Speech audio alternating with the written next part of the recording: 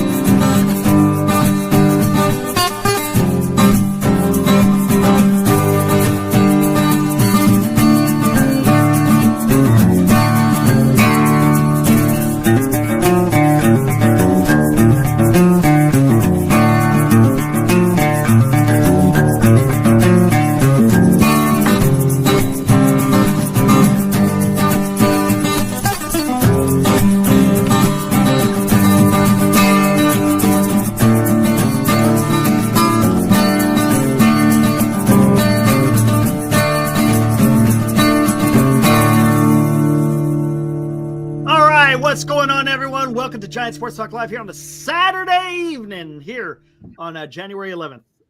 Getting that much closer to Sasaki Day. Glenn, you're getting some love out there from Billy Scott. What's Billy saying? Dodger Nation loves you.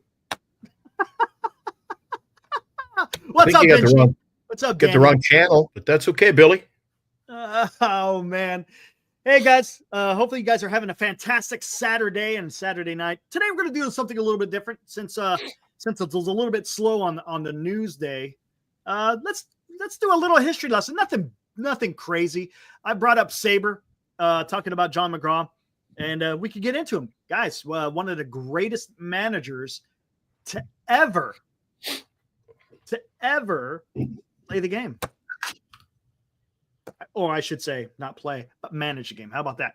But he was honestly, guys, he was an absolutely fantastic player in his own right when he was playing his days in Baltimore. Heck, we could even bring up Baseball Reference a little bit, and you could see what the guy did. Of course, it's a little bit different as far as, how the game is played, but it's still the same game, man. It's still baseball. A little bit different. Right. But, hey, there you go. What's up? New York Giants Preservation Society. Real quick, before we get into that, though, a little bit of news on the Giants. A little bit of news. It's official. Justin Verlander is a San Francisco Giant for $15 million. But to make room on the 40-man, Blake Sabol was unfortunately DFA'd. Hey, they're gonna have to move somebody. I thought they would move somebody else. Dan put a tweet out there. Made a great point. David VR probably should have been the guy. Blake Sabol had a little bit more value than David VR. But then I started thinking about it. As far as DFA, and look, they could still work a trade. Talking about the Giants, they could work a trade. The Giants will be able to trade Blake Sabol more easily than they could David VR. All right, so I could kind of understand. Maybe there's a trade coming down the pike. Again, if they can't work a trade, well, then, yeah. Then then you just lose them, I guess. Or maybe he doesn't get, or he gets claimed by another team. He probably would, I would think.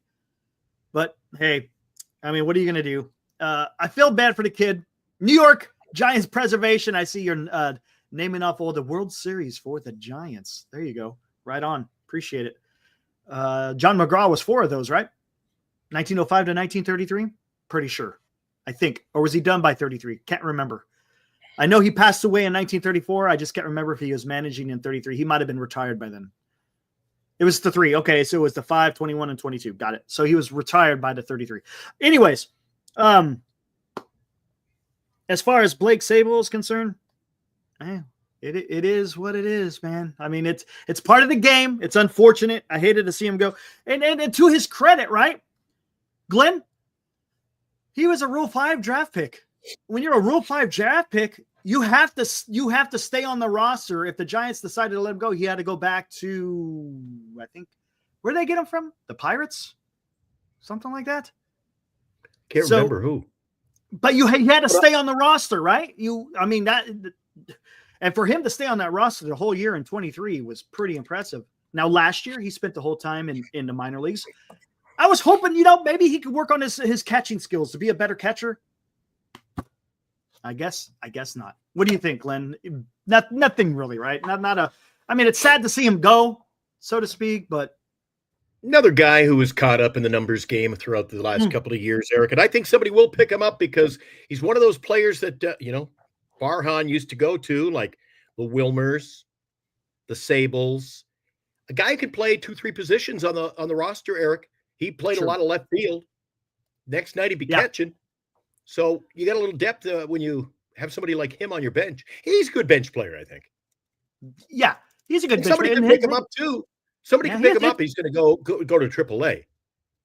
Yeah, he's going to go to AAA. Right? Yeah, and unless they use him who knows? Maybe they use him as a DH. His bat's decent. It's not horrible. It's decent. He's a left-handed bat. It's got some pop. Matter of fact, the game that me and Ibrahim and Moji and San Jose guy, sports guy, the game we went and watched at Oracle, we saw him hit a home run. Hitting homer, yeah. Home run, man. So, That's right. Hey, I got to see his last home run as a member of the San Francisco Giants organization. Well, at least, you know what, Eric? Change is upon us. Yeah, it is. Absolutely. And I don't mind that. Yeah. He regressed, says Daniel. Yeah, his numbers were regressed, but another guy just he bounced around, man. There's no solidification of him in the lineup anywhere. 1 week he's down in minors, then he's up, then he's up and not playing, which doesn't help, Eric. Yeah. Matter of fact, he got that weekend that we went to the game. Glenn, he was called up that day. Remember, he was called up that day that we showed up for the game. I think he was up with the team for 2 days, and then they sent him right back down. Yeah. What was the purpose of that? I have no idea. I have no idea. Anyways, so we'll talk about, and then of course we'll get into more stuff later. All right. I'm pretty sure Verlander is going to come up. I'm sure. Yeah. All right. Let's get into quiet this, guy. Saturday, man. Quiet up here anyway. I don't know about you, but quiet day. Absolutely. All right. This is the article I pulled up, guys. Again, it's a short history. We're not going to go in depth. The guy used a whole bunch of different sources. And as a matter of fact, here, we could get into that real quick. Sabre, by the way, Sabre, they kind of get a bad name because everyone thinks they're the analytic Nazis, so to speak. You know what I'm saying? It's all about the analytics. Society for American Baseball Research. But you know what? They put out a lot of great historical works, Eric, as far as baseball is concerned. I don't want to get into too much depth later on about Sable. I mean, it is what it is. But maybe before you jump into that, we just close the Sable thing with what you said here. You kept Wisely and Meckler, who should have been released instead of Sable. I'd rather have him with a bigger upside. But what did you say before we went to air? You said that there's a bigger upside to making a move. Yeah, maybe that's what it is. That may be what we're looking at here. Now, Wisely, if I'm not mistaken, I don't think Wisely's on the 40-man. I know Meckler is. But, yeah, whatever. Yeah, and who's going to be, Meckler? Sable? I'd rather, if I had to have my drillers, I'd take Sable. Maybe that's just it. You get a better upside of trading and getting something done for him. All right, here we go. Right, away, Eric. John McGraw. Again, this is just a little bit of history on the manager. I'm pretty sure there's a lot of Giants fans that have heard about him. How many of them actually know something about him? They've heard the name, but let's talk about the man a little bit. Maybe didn't senior softball game. I think maybe caught one of his games, didn't he? No, he's not that old. Anybody in here? What's up, Ryan? I see you out there, buddy. But again, a lot if you've ever watched Ken Burns baseball, he was talked about a little bit in that series. As a matter of fact, Ken Burns is getting ready to come out with another series. So I'm not going to miss that one. Mm-hmm. American Revolution. Anyways, let's get into this. It's gonna be a little bit of reading here, guys. So bear with me. John McGraw was perhaps the National League's most influential figure in the dead ball era. Everyone knows what the dead ball era is. Dead ball compared to live ball. Again, just to give you a little bit of history, dead ball. Back then, when a game was played, you pretty much used the same damn ball throughout the entire game. They didn't throw in new balls. You use that same dirty, nasty, lopsided ball the entire freaking game. And it was a dead ball, considered the live ball, which if I'm not mistaken, I think they changed that around 1920 is when the live ball came into play. Again, it was also the way that the ball was manufactured. You had a core, if you will, in the live ball area. So the ball traveled a little bit more. And then after that one, I can't remember the name of the guy who got hit by a pitch. He wound up dying. Then the MLB had instituted some changes. But again, we're talking dead ball era here, guys. But he also was managing right at the end of the dead ball and into the live ball. Anyways, let's get into this. From 1902, guys, we're going back in time here, to 1932, he led the New York Giants to 10 National League pennants, 3 World Series championships, and 21 first or second place finishes in 29 full seasons at their helm. Pretty good, huh, Glenn? Not too bad. The guy won. The guy won a lot. Look at that. One thing to keep in mind, though, guys. The guy won. I mean, it was spread out over a substantial period of time, Eric. 30 years. Keep in mind, though, there wasn't a 30-team league back there, Eric. No, we're talking like 8 teams. You show up and, hey, can you imagine the interviews back then? We got a legitimate shot at a championship this year. 1 in 8. So it is what it is. And there was of course, no wild card, no playoff. It's just whoever finished at the top played the World Series. All right, here we go. His 2,763 managerial victories were second only to Connie Mack. If I'm not mistaken, didn't Bruce Bochy pass? Did Bruce Bochy pass him? I can't remember. I thought he did, as far as a manager is concerned. Because I can't remember when this was written. I don't think it has a date on here. So I thought, I could be wrong. You guys could correct me in the chat. Again, like I said, I don't know how far off this was written. Second to only look at Connie Mack. You think Connie Mack won some games too? 3,731 for the rest of the 20th century. But in 1927, Mack himself proclaimed there has only been one manager, and his name is McGraw. You know what I like back in that era, Eric? You're talking about a managerial era. There's nothing better than watching, you mentioned off the top, the Ken Burns. Mm-hmm. You know what I really admired back then? Well, the fans didn't go scrubby, man. They were all decked out.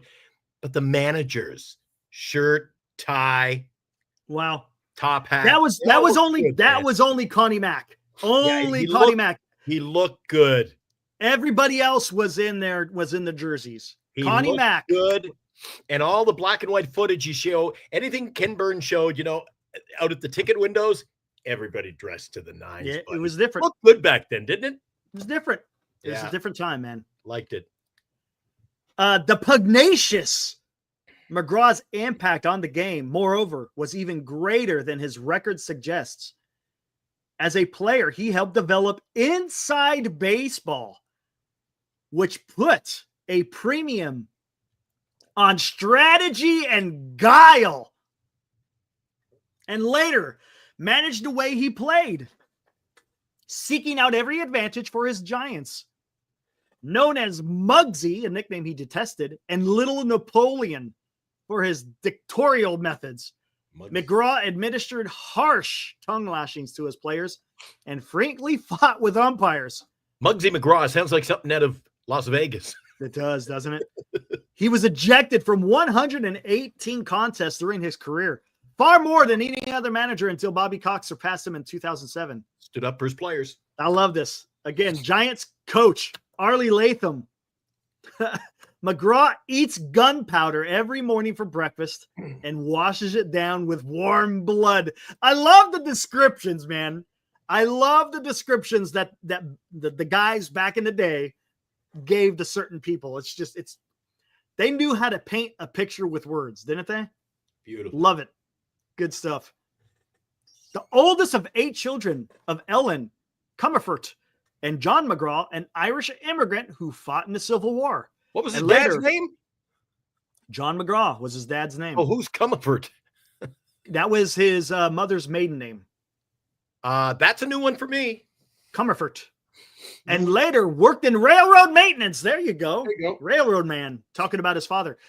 John Joseph McGraw was born in working class poverty, April 7th, 1873, 19th century stuff here, in the village of Truxton, New York, about 25 miles south of Syracuse. During the winter of 1884-1885, a diphtheria epidemic claimed Ellen and 3 of her children, leaving John Sr., a avid drinker, alone to raise Johnny and the other 4 survivors. One night in the fall of 1885, 12-year-old Johnny received such a severe beating from his father that he moved across the street to the Truxton House Inn, where a kindly widow named Mary Goodard took him in and raised him along with her own 2 sons. Besides attending school, Johnny performed chores around the hotel, delivered newspapers, peddled candy, fruit, and magazines out of a basket on the train from Cortland to Elmira. He used the money to buy new baseballs and the annual Spalding Guide, parts of which he memorized. Again, here you go, man. This is what it's about. This is what I love about baseball. Wrapped up in it. It begins in your childhood. And as you can see, his childhood wasn't exactly, sunshine and rainbows. He had a hard life, man. And it that wasn't uncommon for the day, having to, especially as they said, the working class poverty. So he had some struggles. Again, it probably made him grow up a little bit quicker than what you expect to have a child to grow up. But he was able to persevere. And as you could see at a young age, he had a love for the game, man. At 16 years old, Johnny McGraw stood barely 5'7" and weighed a little more than 100 pounds. But that didn't stop him from becoming the star pitcher for the local Truxton Grays. When Truxton's manager, Bert Kinney, became part owner and player manager of the Olean franchise in the New York Penn League in 1890, Johnny begged for and received a place on the team. His first game on May 18th, McGraw played third base and made 8 errors and 10 chances. He was released after 6 games, but caught on with the Wellsville of the Western League or Western New York League, batting .364 in 24 games. Not too shabby, huh? A little bit of his dad must have rubbed off on him, Eric. Off the top of that read, you talked about how many games he got thrown out of standing up. Yeah. He was not afraid of confrontation. Maybe a little dad there. It could be. Absolutely. I'm sure there was. One of his teammates was former National Leaguer named Al Lawson, who was organizing a winter tour of Cuba. McGraw went along and played shortstop for the American All-Stars. On the way home, Lawson's team stopped in Gainesville, Florida to play a spring training exhibition against the National League's Cleveland Spiders. Love the name back there, the Grays. I wish the Cleveland Guardians went back and went with the Cleveland Spiders. Go back to the tradition, man. If you're not going to use the Indians, then just use some of your history and go back. Who cares? It's okay. Go back to the Cleveland Spiders. I thought that would have been cool. People would have thought it was probably corny. Oh, the Spiders. But come on, there's history to that, and there's nothing wrong with it. There's Al Lawson. Yep, there's Al Lawson. Al. With that big piece of lumber. It looks like a 2x4, man, carved down. Yeah, pretty much. All right, here we go. McGraw collected. Do you remember when you were a kid, Eric? Softball players, would you remember the big milk? They were called the milk bottle bats. Do you remember that? Yeah. They were the same width all the way up and down. Yeah, tiny little handle. What's up, hell of that? How's it going? Maybe if I had used one, I would have hit better, I guess. All right, McGraw collected 3 doubles and 5 at-bats, receiving national publicity when the game story appeared in the Sporting News. That was a publication. He's literally buying the Sporting News as a kid. Here he is now. Well, it was the Spalding Guide, annual Spalding Guide. That was, I think, a little bit different. I think, was that like a baseball encyclopedia back then? I think something like that. From among the resulting offers he received for the coming season, he chose Cedar Rapids of the Illinois-Iowa League and batted .276 in 85 games as the club's regular shortstop. Hey, let's talk about this. Look how many different leagues we've already talked about in this short amount of time. Back then, there was leagues all over the place. What's up, Cubby? Leagues are all over the place. The Western New York League, the Illinois-Iowa League. It's just there was leagues all over the place. And don't forget, back in the 1800s, Eric, a lot of these guys would work a steel mill by day, play ball by night. Yeah. Or actually, I guess they'd be not so much by night. Look, when did they start playing the first night games, Eric? Oh, that was why. That wasn't until like maybe I think it was, if I'm not mistaken, the Kansas City Monarchs, I think, were the first club to do that. And that might have been, I don't want to give fake news. It could have been the 30s, definitely in the 40s. Yes, 30s, 40s. I think it was the 40s. I might have to review. You know what? You're getting the juices flow. Maybe after the show, I got nothing planned, man. I got to lay down on the bed. Well, I'm going to fire up Ken Burns tonight, baby. Why not? There's nothing wrong with that.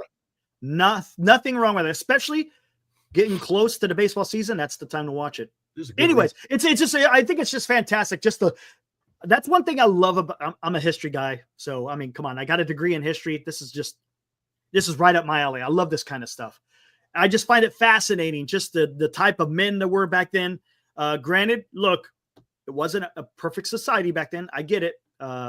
We had our issues, but just when you're talking about the game, it's fantastic to just hear about this stuff. And with only a few teams and a few leagues, they were scattered. You're basically fighting for your life, Eric. Yeah. And another thing here, guys, and when the ball players were playing for their clubs, what's up, Val? They were paid handsomely. They were not necessarily a poor people when they were playing baseball. Now, of course, when baseball was done, they either barnstormed to continue to get paid, or, as you stated, they had to go work at the mill or the local grocery store or something when baseball was not being played. So very interesting. That August, McGraw made his major league debut with the Baltimore Orioles. Guys, this is where he became famous as a player. He became famous. The Baltimore Orioles, they were probably one of the scrappiest, dirtiest, cheatingest team probably to ever play professional baseball. 100%. If you guys got time, look up the old Baltimore Orioles. Boy, you want to talk about some interesting baseball and interesting stories and how they played. They kind of talk about it a little bit here. Of the American Association. Again, another different type of league. Filling in at various positions and hitting .270 in 33 games. Mm-hmm. In 1892, they AA disbanded, and Baltimore was absorbed into the 12-team National League. McGraw started the season as a utility man, but took over as the regular third baseman after Ned Hanlon was appointed manager in midseason. Ned Hanlon, him and Ned were very close. Under Hanlon's tutelage. The early era of baseball you're talking about, Eric? I don't know about you. Mm-hmm. I love ball. I love playing it. I love watching it. Not just the Giants with the MLB package. You can watch an early game on the East Coast. You can watch the Phillies at the Mets, I love ball. Mm. But when it comes to this era, anywhere from the 1800s to up about the Black Sox, anywhere up to, say, 1920, when you're watching Ken Burns, that's my favorite. I can watch those ones over and over. Yeah, that's my favorite era, Eric.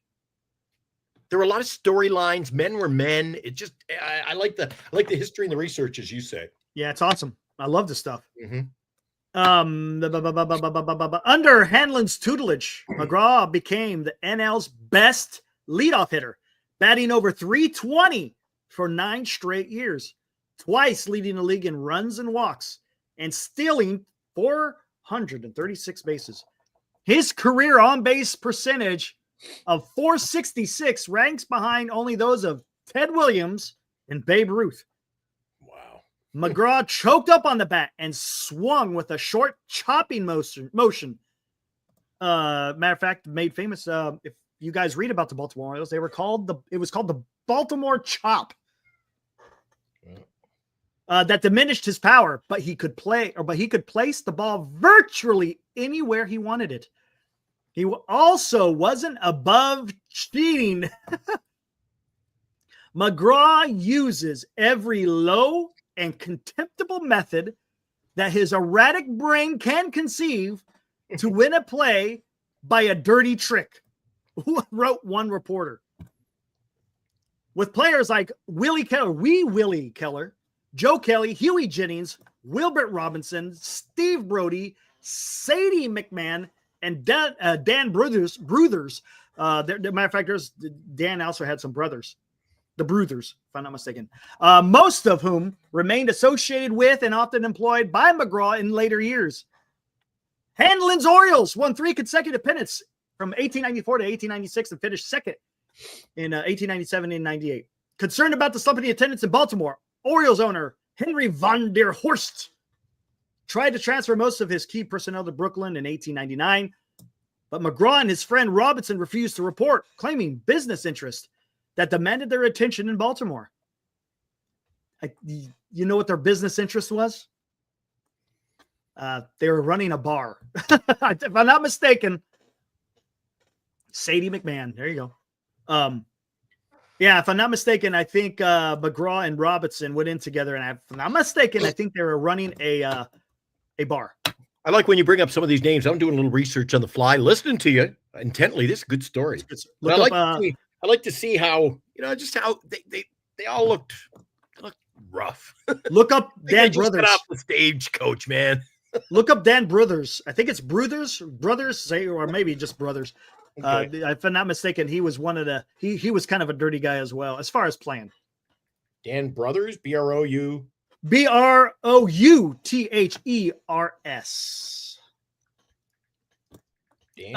So here we go. Wait till get a look at this guy. Von der Horst reluctantly let them stay, and the 26-year-old McGraw managed the Orioles to an 86-62 record and a surprising fourth-place finish.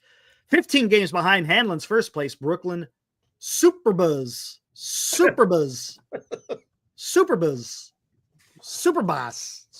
Whatever. All right, I got a shot here, man. Dan Brothers is more the John Kruk of the era. Yeah, there you go. I like when they took the baseball cards back there. A lot of the balls on a string. Yeah, right? He's like, here, baseball. Here, ball. Jeez, I yell, here, ball. Here comes Wilmer. Ibrahim. All right, anyway, so let me keep going. Good story. Baltimore, again, at the age of 26, managing his first club. There's going to be more to come, by the way, when we get to the Giants here. Again, guys, I told you there's going to be a lot of reading. Just bear with it. Baltimore might have done even better had it not been for a tragedy befallen its manager. In late August, McGraw's wife, Mary Minnie, died from a ruptured appendix. A grieving John missed much of September. The Orioles disbanded when the NL contract to the 8 teams in 1900. After again refusing to report to Brooklyn, McGraw was sold to the St. Louis Cardinals, along with Robinson, agreeing to go only when the reserve clause was removed from his contract. Did you hear that? He fought the reserve clause. Man, ahead of kind of interesting. Isn't that interesting? He only agreed when the reserve clause was removed. That didn't happen a lot, guys. For those of you who don't know anything about the reserve clause, that's what prevented today's free agency. Basically, the club had ownership over you. You had a year-to-year contract with the club, and if the club didn't want to let you go, they didn't let you go, man. You couldn't go play anywhere else, if I'm not mistaken. It was a little bit weird. But anyways, that's interesting that he was able to fight it, and it was removed from his contract. He signed for a salary of $10,000, the highest in baseball history. Again, this is 1900. That's a lot of money in 1900. $10,000. He ain't messing around. He hit .344 in 99 games. 1901, McGraw returned to Baltimore as a manager and part owner of that city's franchise in Ban Johnson's new American League. Throughout that season and the next, he and Johnson quarreled constantly. The latter habitually supported his umpires in their frequent disputes with McGraw, and tension also existed over McGraw's interest in the team's ownership. Johnson finally suspended McGraw indefinitely in 1902, and at that point, the temperamental manager jumped back to the NL as player manager for the New York Giants. Even though he had recently married a Baltimore woman, Blanche Sindall. One of his first acts, New York was to release 9 players, despite the protests of Giants owner Andrew Friedman. McGraw was also brought 6 key players with him, including pitcher Joe McGinty and catcher Roger Bresnahan. Those guys were instrumental in the early Giants' success. And first baseman Dan McGann. The Giants finished last that season, but rose to second in 1903, even though McGraw's much injured knee finally gave out for good during spring training that year, effectively ending his career as a player. And this is something that was talked about in Ken Burns baseball. 1904, the Giants became the NL champions, finishing with one win-loss record of 106-47, 13 games ahead of the Chicago Cubs. McGraw and the new Giants owner, John T. Brush, so detested Ban Johnson and his league, they refused to play the Boston Americans in what would have been the second World Series. They talked a lot about that. What's up, Taylor? It's quite interesting. Yeah, there was so much feuding. The National League team did not want to play an American League team. They could not stand Ban Johnson. After winning again in 1905, however, they agreed to play the AL champion Philadelphia Athletics. New York triumphed in 4 out of 5 games, 3 of them shutouts by Christy Mathewson. McGraw led the Giants to pennants again in 1911, 1912, and 1913, and 1917, but lost the World Series each year. His regular season success was due to his knack for evaluating and acquiring players who fit into his system. Glenn, pay attention to this one. I'm listening. Which stressed good pitching, sound defense, and aggressive base running. Well, there you go. Good pitching, sound defense, and now the aggressive base running. But does it sound a little familiar? The ghost of John McGraw. Does it sound a little familiar? Again, guys, we're talking about baseball that was being played in the early 20th century. And it seems to me baseball hasn't changed much as far as the foundational pieces of the game of how you can win. That you can win without having to hit the damn long ball. If you swap out aggressive base running with timely hitting, it's the same thing because they did that back then. Mm-hmm. There was a lot of honor placed on a player who can have a high batting average. You were looked upon if you were out there striking out. That just wasn't acceptable. You were looked down upon. And again, because of the way that baseball was played back then, the home run really wasn't a thing, until a man named George Herman Ruth came along. It was all about just getting the hits, man. That's what it was about. And again, the game to an extent really hasn't changed. With the modern advancements and yada, yada, yada. Absolutely. But look at that. He stressed good pitching, sound defense, aggressive base running. Hey, man, I like that in baseball. Again, I'm going off on a little tangent here, but that's fine because I like that in baseball. That's what makes it exciting. Don't get me wrong. Yeah, is the home run exciting? It is. I get it. But watching guys running around the bases, watching the fielders field the ball, turning a double play, making a diving catch, whatever it may be. That's what I love about baseball, man. It just the story that unfolds during the game. Man, love it. All right. I digress. McGraw bought, sold, traded players more than his counterparts, grooming prospects for years before letting them play regularly. He was also an innovator, using pinch runners, pinch hitters, and relief pitchers more than other managers. Again, the guy was a little bit of ahead of his time. Interesting. Game was evolving. He was a part of it. He was instrumental in doing some of this stuff. Many commentators believe that McGraw's lack of World Series success was due to his strong preference for players who fit his system. The Giants were generally considered less talented than other top teams. They were a second-class team with a first-class manager, claimed the Cubs' Johnny Evers. Until left fielder Ross Youngs entered the league in 1917, catcher Roger Bresnahan was McGraw's only dead ball era position player who eventually made the Hall of Fame. McGraw's teams also had trouble reacting to events on the field. They sometimes made mental errors in big games, as though they didn't know what to do or were paralyzed at the thought of how the old man might react if they lost. After New York's 1913 World Series defeat by the Athletics, even the usually loyal Mathewson blamed McGraw for the team's setbacks in an article ghostwritten under his name in Everybody's Magazine. The Giants, said the article, were a team of puppets being manipulated from the bench on a string. Again, and there's his faults. The guy was a bit overbearing, micromanager. You know, he wasn't, how do you want to say?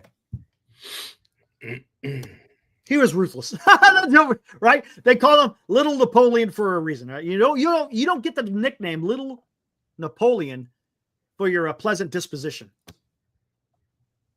McGraw's fiery personality made him fascinating to contemporaries outside sports. Gamblers, show business people, and politicians were drawn to him. As his celebrity grew, McGraw became increasingly involved in various, sometimes questionable off-field activities. He ventured into vaudeville for 15 weeks in 1912, appearing with such acts as Odiva, the Goldfish Lady. Hey, vaudeville, man. For a while, McGraw owned a pool room in Manhattan with gambler Arnold Rothstein, who later became the principal. Arnold Rothstein. Isn't he the guy from the Black Sox scandal? Who later became the principal financial backer of the 1919 World Series fix. And he sometimes spent winters in Cuba, where he and Giants owner Charles Stoneham owned a share of the racetrack and casino. When Stoneham bought the Giants in 1919, McGraw became vice president of the club and minority owner. Between 1912 and 1923, he helped resolve various ownership crises of the Boston Braves, which usually paid off in trades that helped New York more than Boston. There you go. There you go. Faithfully, McGraw was also instrumental in Colonel Jacob Rupert's purchase of the Yankees and the decision to allow that team to share the Polo Grounds when the Giants were on the road. In 1920, when Babe Ruth arrived to play for the lowly Yankees, listen to that, the lowly Yankees in the 1920s. The team's attendance soared as Ruth began hitting home runs out of the Polo Grounds, prompting an enraged McGraw to instruct Stoneham to evict their upstart tenants.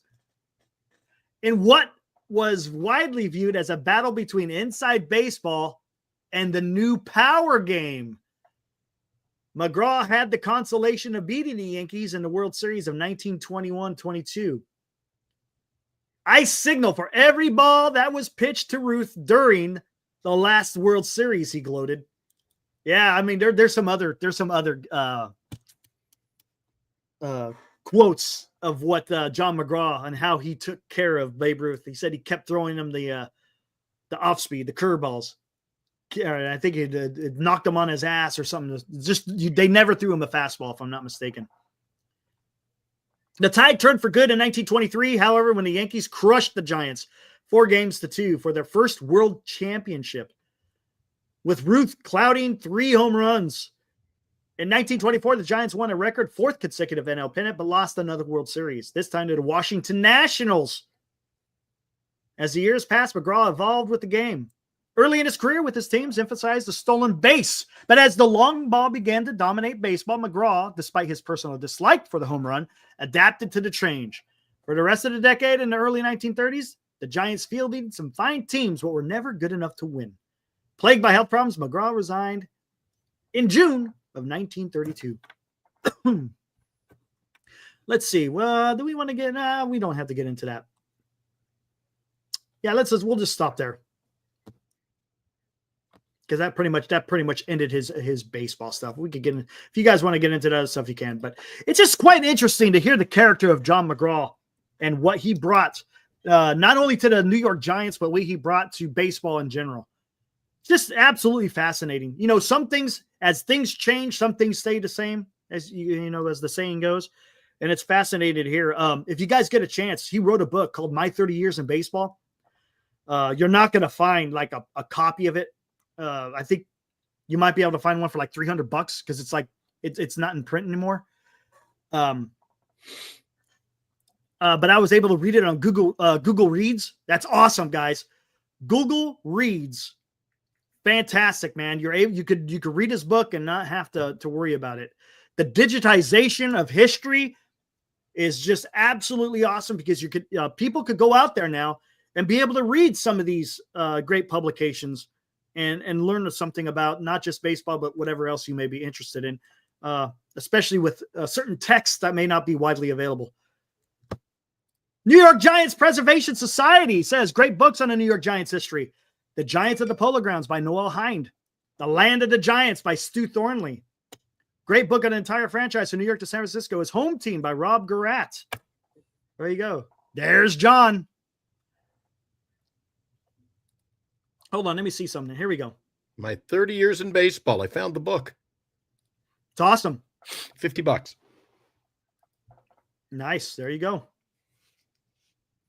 Let's take a look at this real quick. Here's the bibliography. Articles he used: Bill Lamb, The History of the New York Giants Franchise. Again, Manhattan Field. Christy Mathewson was an article. Here's the books: Frank Graham, The New York Giants, An Informal History of the Great Baseball Club. Fred Gluckenstein, The 27 Yankees. Eric Greenberg, The Celebrant. There's the book that you were talking about, I think, right? The Giants at the Polo Grounds, Glorious Times of Baseball's New York Giants by Noel Hind. Maury Klein, Stealing Games, How John McGraw Transformed Baseball with the 1911 New York Giants. Larry Manch, Rube Marquardt, The Life and Times of a Baseball Hall of Famer. Believe he was a pitcher, if I'm not mistaken. Yep. Heard of him. Yep. Christy Mathewson, Pitching in a Pinch, or Baseball from the Inside. John McGraw, My 30 Years in Baseball. Again, that's a fantastic read. Ray Robinson, Matty, An American Hero. Harold Seymour, Baseball, The Golden Age. Robert Smith wrote Baseball, The Game, The Men Who Have Played It, and Its Place in American Life. And then the last one here, we got Benton Stark, The Year They Called Off the World Series. Again, there's so many guys. If you really want to get into the history of baseball, there are so many publications that have been produced. I mean, I just couldn't name them all. New York Giants Preservation Society, again, Manager of the Giants, The Tactics, Temper, True Record of John McGraw by Lou Hernandez. Another one. There you guys go. Guys, write this stuff down. If you're interested in the Giants history, because remember, he had no mention of Dan. Yeah. It didn't begin in San Francisco. Hopefully you guys know that. It began in New York. And then, of course, in 1958, they moved out west. But if you want to read about the history of the club, I suggest you partake in reading some of these things. I think you guys will get some joy of it, especially if you enjoy baseball as much as I do. It's awesome to go read some of this stuff. So go take a look. All right, man. That wasn't too bad. Not too bad. Again, it was a short history. We could get a lot deeper in it, Glenn. We could.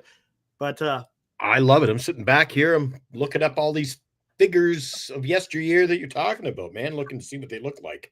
Yeah, there we go. Right on. But yeah, I love talking just Giants baseball. And again, going back to Kim Ben's baseball, every time it goes the color, I kind of lose interest. I don't know why. I just do.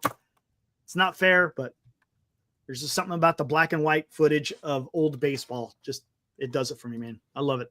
Yep. Good stuff. All right, guys. Not too shabby. Now we could get into some other stuff. Where do you want to go, guys? Not a lot of news out there. Again, we already kind of touched on what's going on with Blake Sable.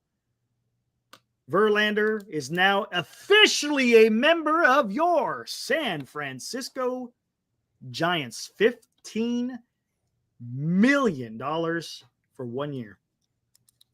Had to make room for him. Maybe a trade's coming. Again, we talked about this at the top of the show.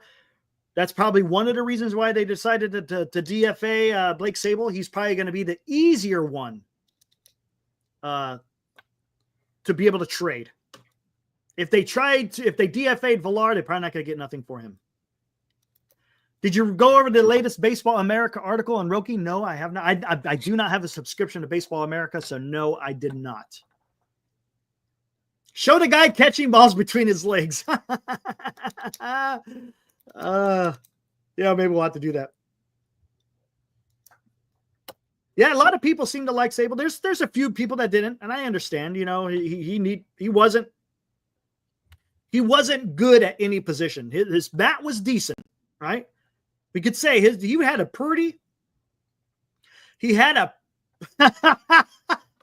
yeah, no, I didn't. His bat was okay, right?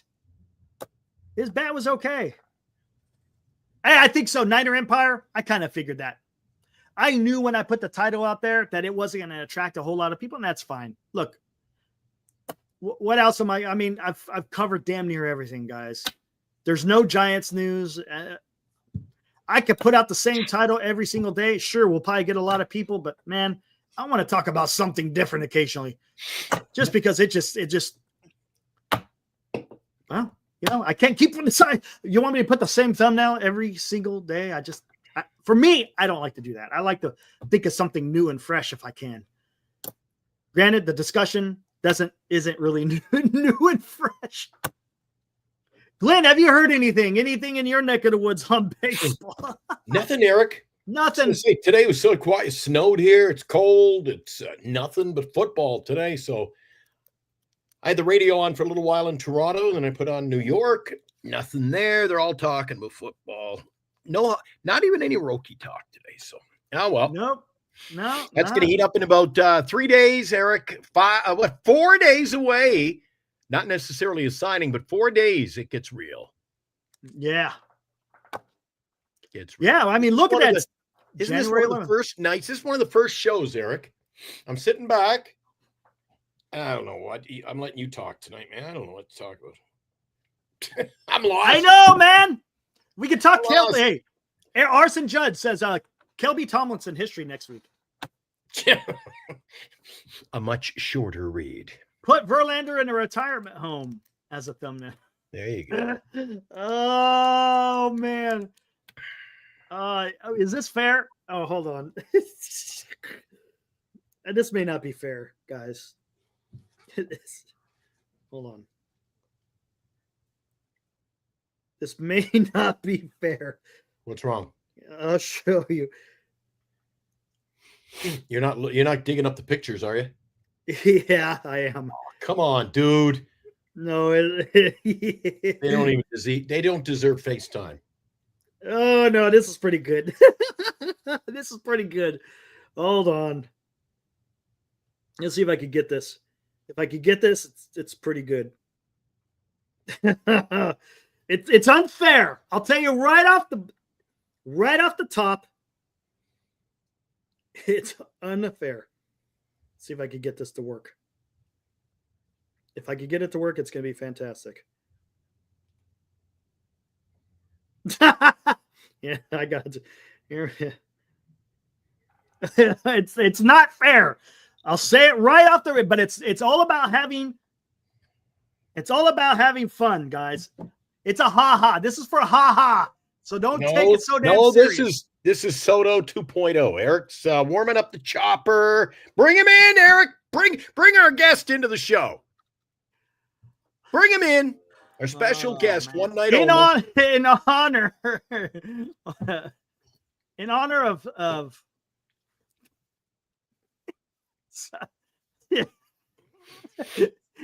What's he shy? Bring him in here. Oh man, no. Hold on. Yeah. Okay, here we He's go. shy. He doesn't speak much English. We might not get a word out of him. In honor. We might not get a word out of him. Our tonight. newest Special guest. Of our newest pitcher. Jesus. Are you serious? Yeah, we got Verlander. He is gonna go out there, gonna pitch for the San Francisco Giants for 1 year. Are you sure that's not his dad or something? Just having fun, guys. Ha ha. Jeez. Come on, slap your knee. Ha ha ha. It's okay. You can have fun. You can laugh. Yeah. All right. There you go. There you go. In honor, Justin Verlander, newest pitcher. I don't know what else to talk about, man. What are we talking about? I don't even. Hey, do me a favor, Senior. Send that to me by email so that it's a lot easier because it takes me forever to try to copy, send, all this other crap. Do we have anything new in our email? The email. Giants. Oh, we do have something in the email. More for the show. Oh, shit. We got two things. Dylan. Thank you, sir. Toby and Dylan. Holy crap. What is this? Jeez. We got a statistical analysis that's pretty deep here from Toby. What do we got here? We got reggae and we got metal guitar. Okay, guys. We got some Suno. Look at this. Do we want to do this? Hey, there's. Yeah. Gotcha, Dilly. I kind of figured. Oh, man. We got some songs. I don't know. You guys want to hear them yet or wait till a little bit later? I mean, we're only an hour in, but. We got one. Hey, we got one. Well, do you want me to just leave it a secret? It has nothing to do with Alonso. But we have two of them loaded up, ready to go. Oh, he just sent it. Hold on. Let me see this. Let me get this real quick. Yeah, not much there. You can handle that. Better credit cards, thanks to our sponsor, Lefties, Duckswell, Genesis Gold, IRA.com, and Signatures for Soldiers tonight, guys. There you go. And this is the one. Oh, man, what am I doing? And here's the one that Senior sent to me earlier today. It's pretty good. This is one of those rare nights I don't have to go over and work on radio. I actually wish I was breaking away from you right now to go to work on radio, Eric. I hear you. Jeez, what a quiet night, man. This may be the most quiet show in the history of Giants sports. Could be, man. Hey, well, I mean, there's no news, man. What's up, Robert? Some nights you just, holy smoke. That's a good one. Nah, that's John McGraw, isn't it? You're fooling. That does have a little John McGraw-ish in there. That's John. That's pretty good. Back when I was pitching ball. That was a pretty good one. Why not? Hey, let's just do the music. What the hell? We just used an old sock. We could bring in Dilly. Why not? I don't mind bringing in Dilly. He kind of gets walked over when freaking we get 500 million people. Why not? You bringing in Dilly? Yeah. Hey, Dilly, hit the link. Come on in, buddy. Here, let's do this real quick. Let's play some music as he's in the green room. What do you want to hear? A reggae, or do you want to hear some rock? What do you want to hear? What's your flavor, Glenn?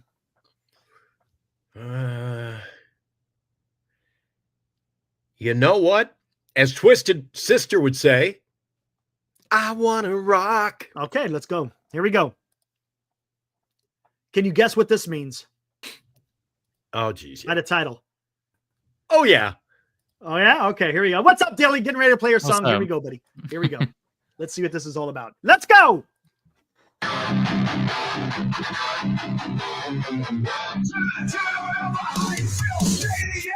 From Houston's bright lights to the Bay's golden shores, Bregman's got the swagger that the Giants adore.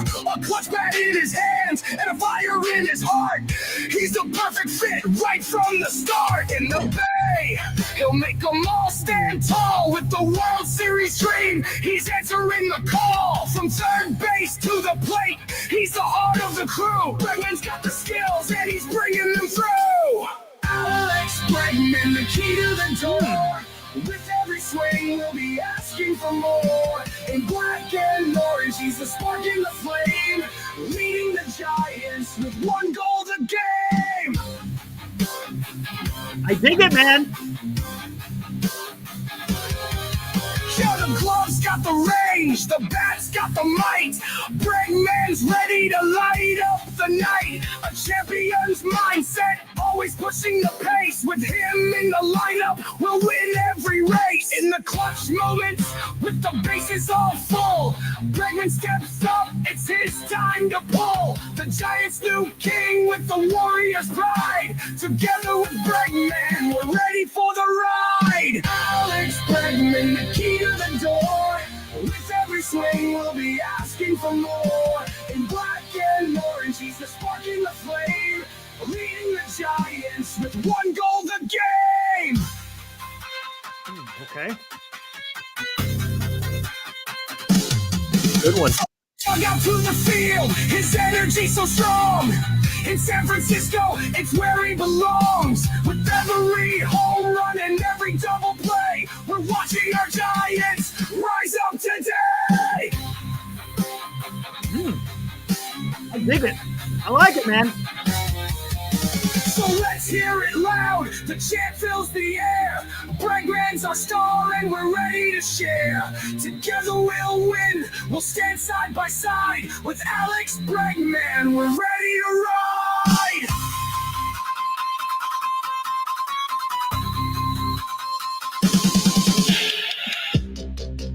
Okay. Okay.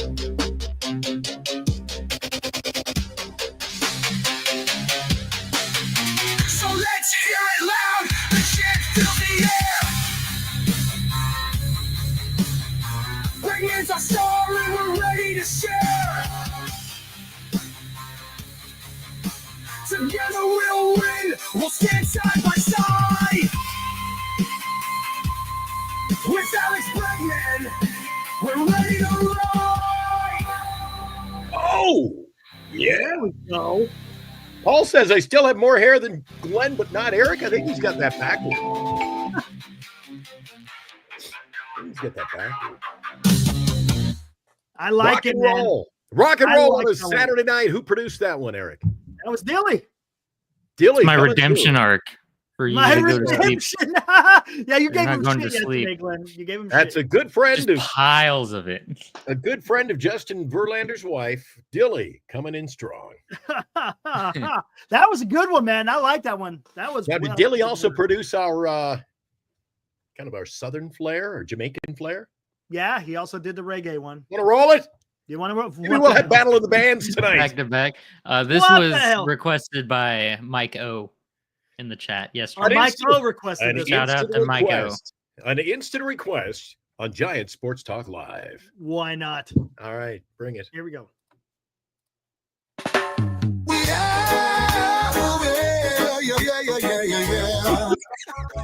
Whoa, you, whoa, you, whoa, you, whoa. Yeah, yeah.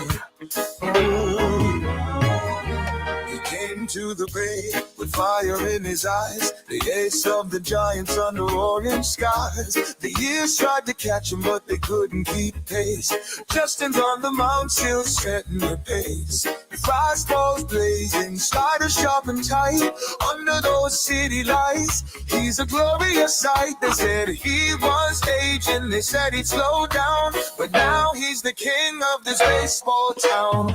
Justin Verlander, turning back the clock, bringing the heat, leaving hitters in shock. In San Francisco, he's writing new tales, an ace on the hill with wind in his sails.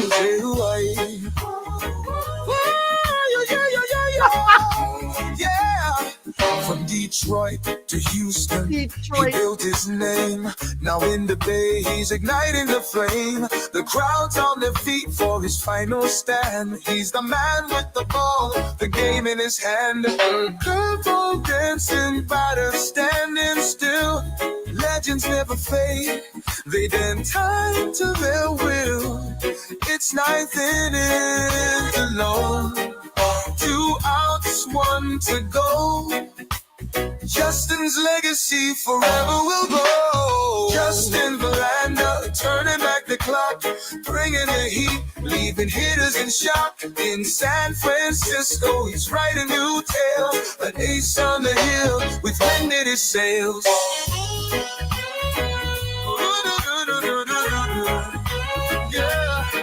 The cove is roaring, the boats all cheer, a strikeout master year after year. No matter the jersey, his heart stays the same. Verlander forever, a legend in the game. Oh, yeah. So here's to the ace, still leading the pack. Justin Verlander, the clock's got no track. In the black and orange, he stands tall and free, an ageless wonder for all to see.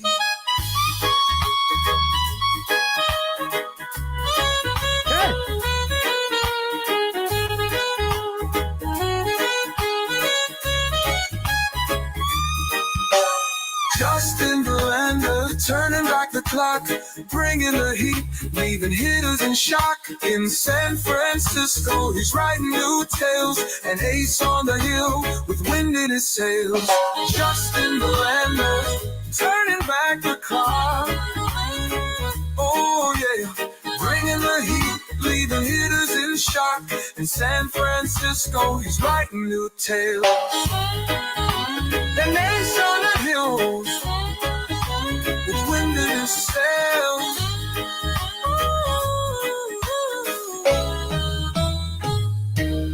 With wind in his sails.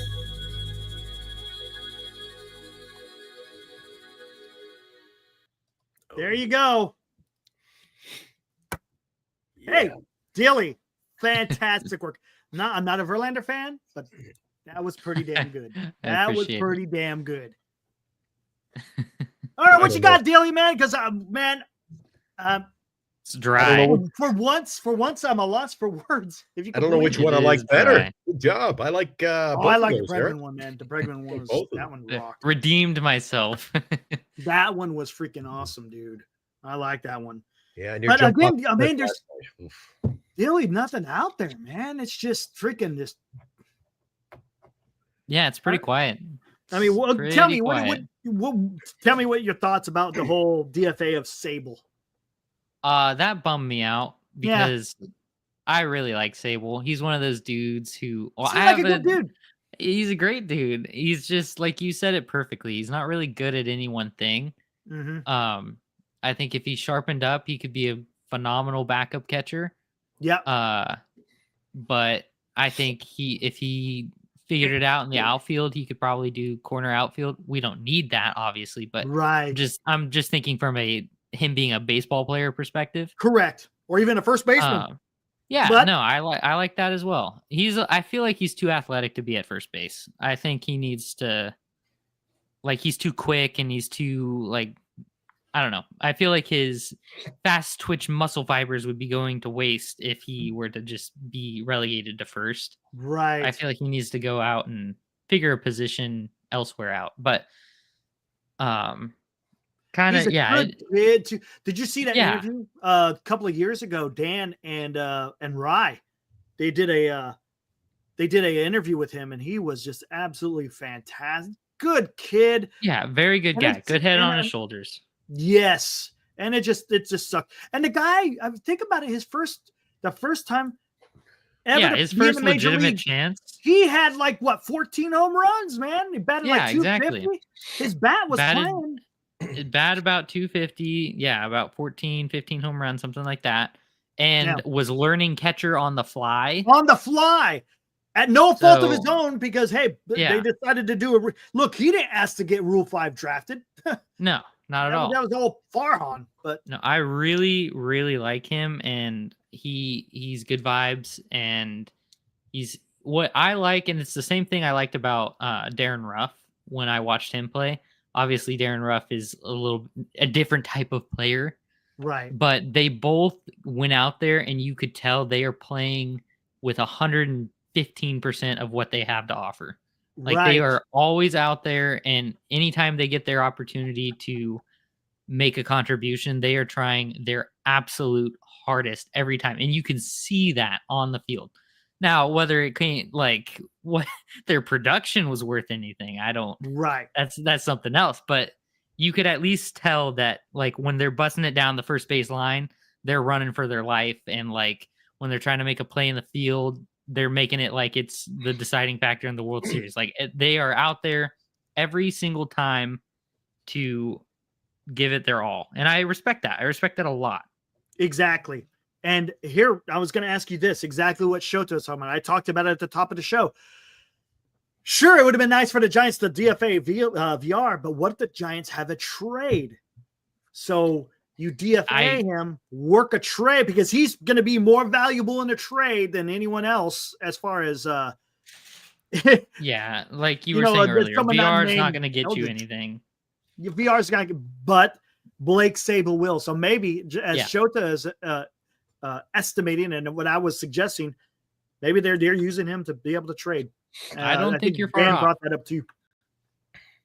Either way, the problem with that kind of stuff is like we'll trade him away and we'll get some bullpen arm that will live in AAA or AA, and then that'll be that. Like I'd much prefer Sable, like 10 times over that. Right. No, I think if they move him, they're going to get a player to be named later or cash. But you know what I think? Yeah, even same thing. It's either way. I'd prefer Sable over that. Do you think he's going to be part of a package? How about that? If that's the case, that's when things get interesting. Because if you package him up with a Lamont or a Yaz or someone like that, then now I'm more on board. I'm more, because then you're going to get someone who we might actually see. Come on, Dylan. You think if you give up that kind of trade, you're going to get something monumental to use? I don't think so. I don't know. Not monumental. Sable's not getting you very much. No. But it also depends on where you're shipping those people off to. Because let's say for the example, the Mariners, if you ship Lamont Wade over to the Mariners and throw Sable in there, and let's say they see Sable as more of an outfielder, than they do backup catcher, it's just a bonus that he could technically do that. Then you could be in talks with like a Castillo situation. Right. Which I don't know if they even want to do that kind of a thing right now anyways, but I'm just saying it depends on what team you're looking at for what you could get. And here's the thing, you got to figure out money ways. I mean, yeah, you say if you here's the thing, even if you trade Wade, are they taking up the entire contract? I mean, it's only $5 million, but a lot of times the other team will play. I mean, the Giants only got $21 million really to mess with. Yeah. And that's it. Mm-hmm. I mean, there's not much you can do. And unless they don't care about the CBT, I don't know. What would the Mariners do with a Lamont Wade Jr.? Put him at first base. They got Rayleigh. Rayleigh's going to hit close to 30 home runs. Looks like Rayleigh may be on the move. I think they're talking about trading him. Cal Rayleigh. That's trade Rayleigh. He's a catcher. Replace him with Wade. Can't see that. Brooks Rayleigh. Is that what you're talking about? Brooks Rayleigh? I don't know. Different? I don't know who Brooks Rayleigh is. Maybe it's someone different. Luke Rayleigh. Cal Rayleigh's their Luke Rayleigh? Hold on. Luke? Cal Rayleigh's their catcher. Luke Rayleigh's their first baseman. Okay, wrong. I'm thinking of the wrong one. I'm thinking of Brooks Rayleigh. Last year, 130 games, 22 home runs, 11 stolen bases. Nothing big, but I don't think that's a trade. Why would the Mariners do that? Another one of those horizontal trades. Yeah, I don't know. Yeah, I who knows, man. All we can do is just throw shit out there because we don't know, Yeah. man. I don't know. Ultimately, I'm hoping that Sable just falls back into AAA. Maybe. Falls back into our lap, and then no one's like, "No, yeah, we got to get Sable," or "Oh, let's trade Sable," or whatever. If he could just return to the River Cats, that would be fine. But it does, like raise question that we picked up that catcher that we picked up from the Rangers or wherever, and now all of a sudden DFA'd Sable. I think that alludes to your whole trade speculation because we're carrying a lot of catchers. So yeah, I mean, gosh, we got now on the 40 man. You got 3 catchers on the 40 man. yeah, Does that? And That's not normal, is it? No, it's not. That's not we normal. won't go into the season with that. It would be more normal to have Sable on the 40 man as a catcher outfielder, and then carry 2 true catchers if you wanted to do something like that, just in case. Right. But yeah, currently the Giants got Bailey, Huff, and Murphy. yeah. Well, Eric, don't we have Stassi or whoever And in that the guy minor is? leagues, you got Max Stassi and Jordan someone or other, or Yeah, so Tyler Jordan something. Yeah. We don't I think if have you're going to make a shortage of legitimate depth. trade and try to get something that's decent right now, you got to put a package together. You know who it's got to include is Schmidt. I think you're right. I think that would be a good thing. Schmidt can go somewhere and play every day. Yeah. I like that. I think that's got it. Teams would say He's got a very big ceiling, I think. I think his ceiling is high.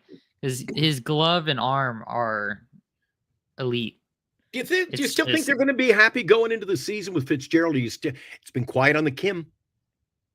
See, that I'll be completely honest with you. I could see that because we could afford him with where we're at right now. And yeah, I know. It's a surefire. He's a Gold Glover. Like, he's one of those, just stick him out there and you know what you're going to get from him. His bat profiles as a second baseman, like, to a T. And so that, I'm sorry, not sorry. A healthy Kim, give him some time coming off his shoulder thing, whatever. A healthy Kim at second, and then the rest of that infield, you're in the question for one of, if not the best defensive infield in baseball. That would be ridiculous. But I don't like what you said, Dilly, about you said you know what you get from him. In this particular case, I don't think you do. He's not ready for opening day. And then what do you get from him? Coming off that injury, and it was just not an injury. It was injury required surgery. That's why we're not going to see him for a few months into the season. What do you get with him? Does he come off? He's not the same guy. He gets hurt again. A lot of question marks there. I don't think his defense will falter. I think that'll be fine because if I believe it's his throwing arm, but if you stick him at second, he's not going to need to be throwing across the diamond and all that stuff, and his range is not going to be affected by his shoulder, shorter throws, all this kind of stuff. I'm less worried on the defensive front. I would be more worried. But the thing is with Kim, he's not a power hitter anyways. No. The thing with Conforto that sucked with his shoulder thing is he's a lift and launch guy, like just knock it out of the park. And so I feel like that has a more substantial hampering on his ability to do that. Because if you're more tight, you're less whatever with the shoulder. I think Kim being more of a contact guy, more of like a slappy hitter, I would hope. Same with Jung-Hoo Lee. It's the same idea. It's like, since they're not trying to hit it as hard as they can, they're just trying to put bat on ball. I'm hoping that doesn't have as much of a recoil on his game. Don't either of you two think that if they're going to make a move at second base, and I know I brought it up, but I think if they go a different direction, it's got to be a better bat than Kim.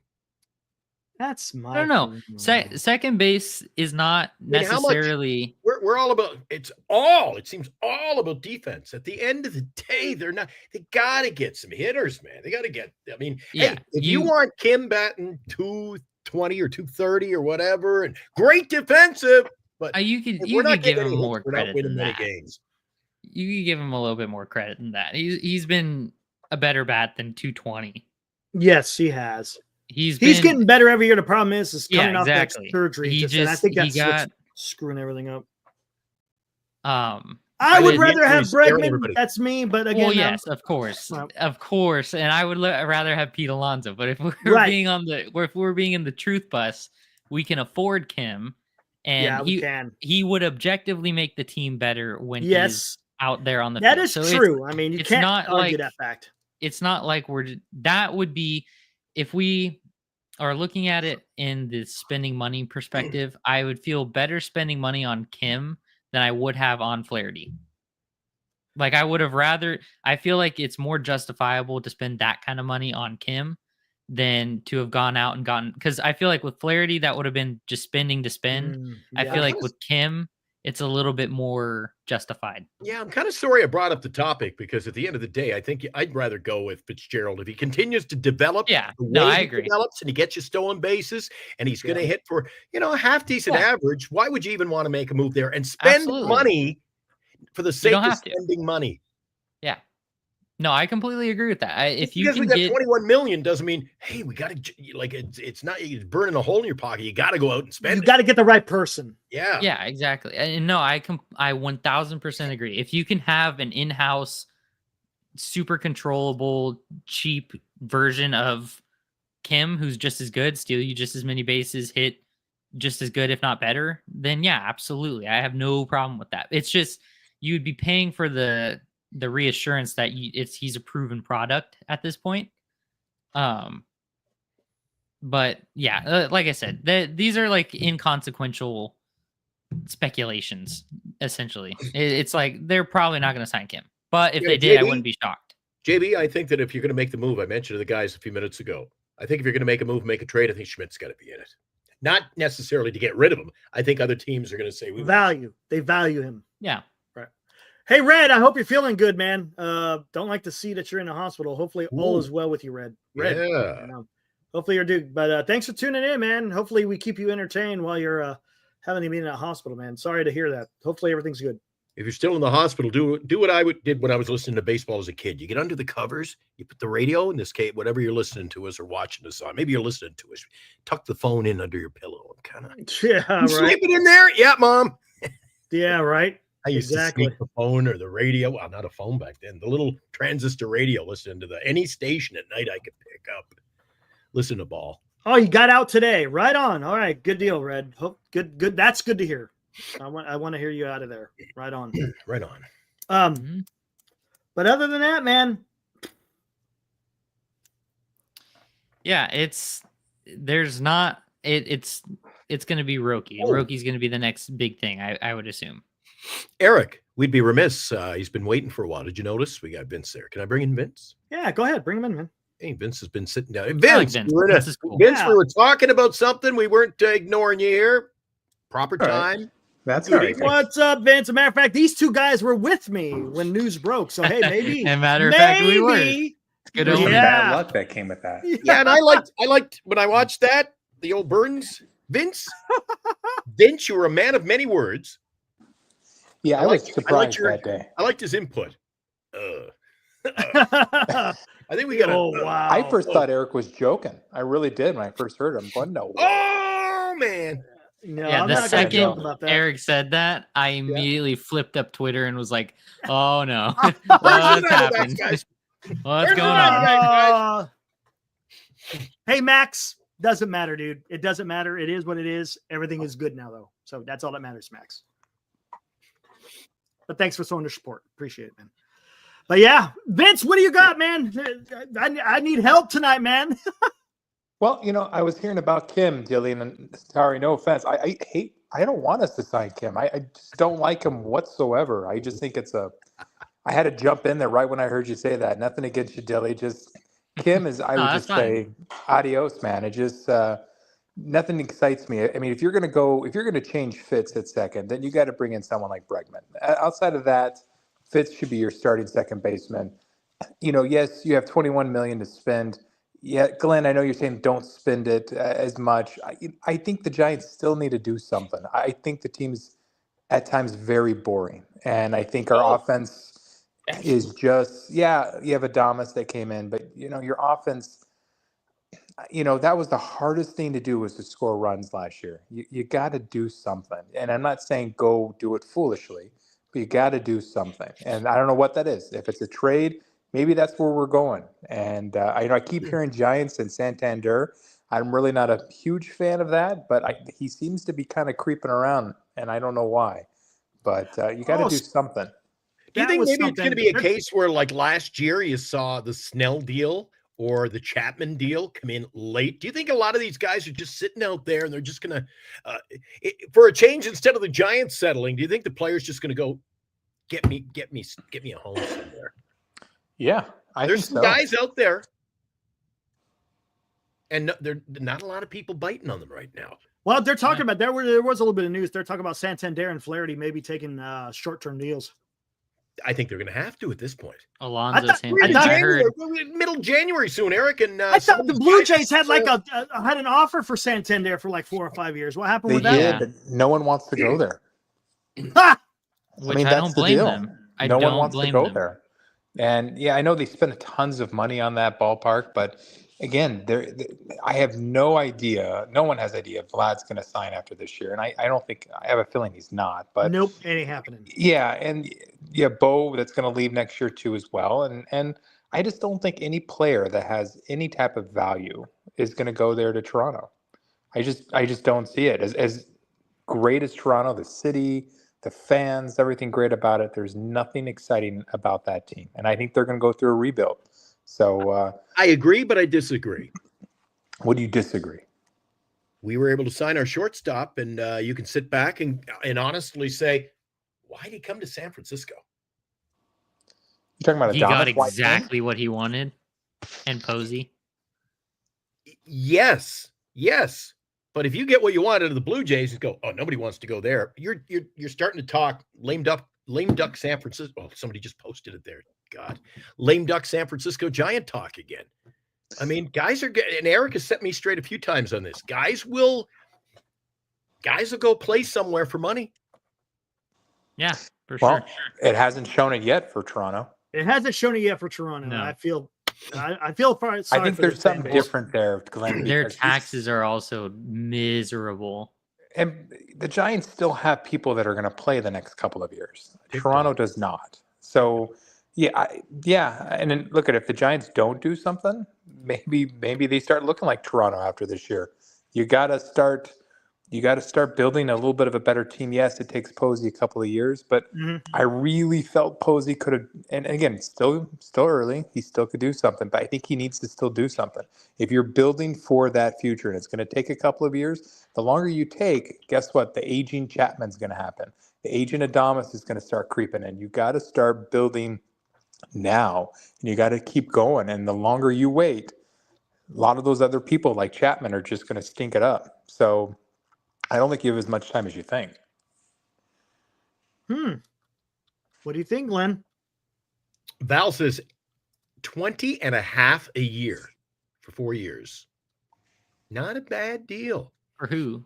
For Santander? So if you sign Santander, Nope.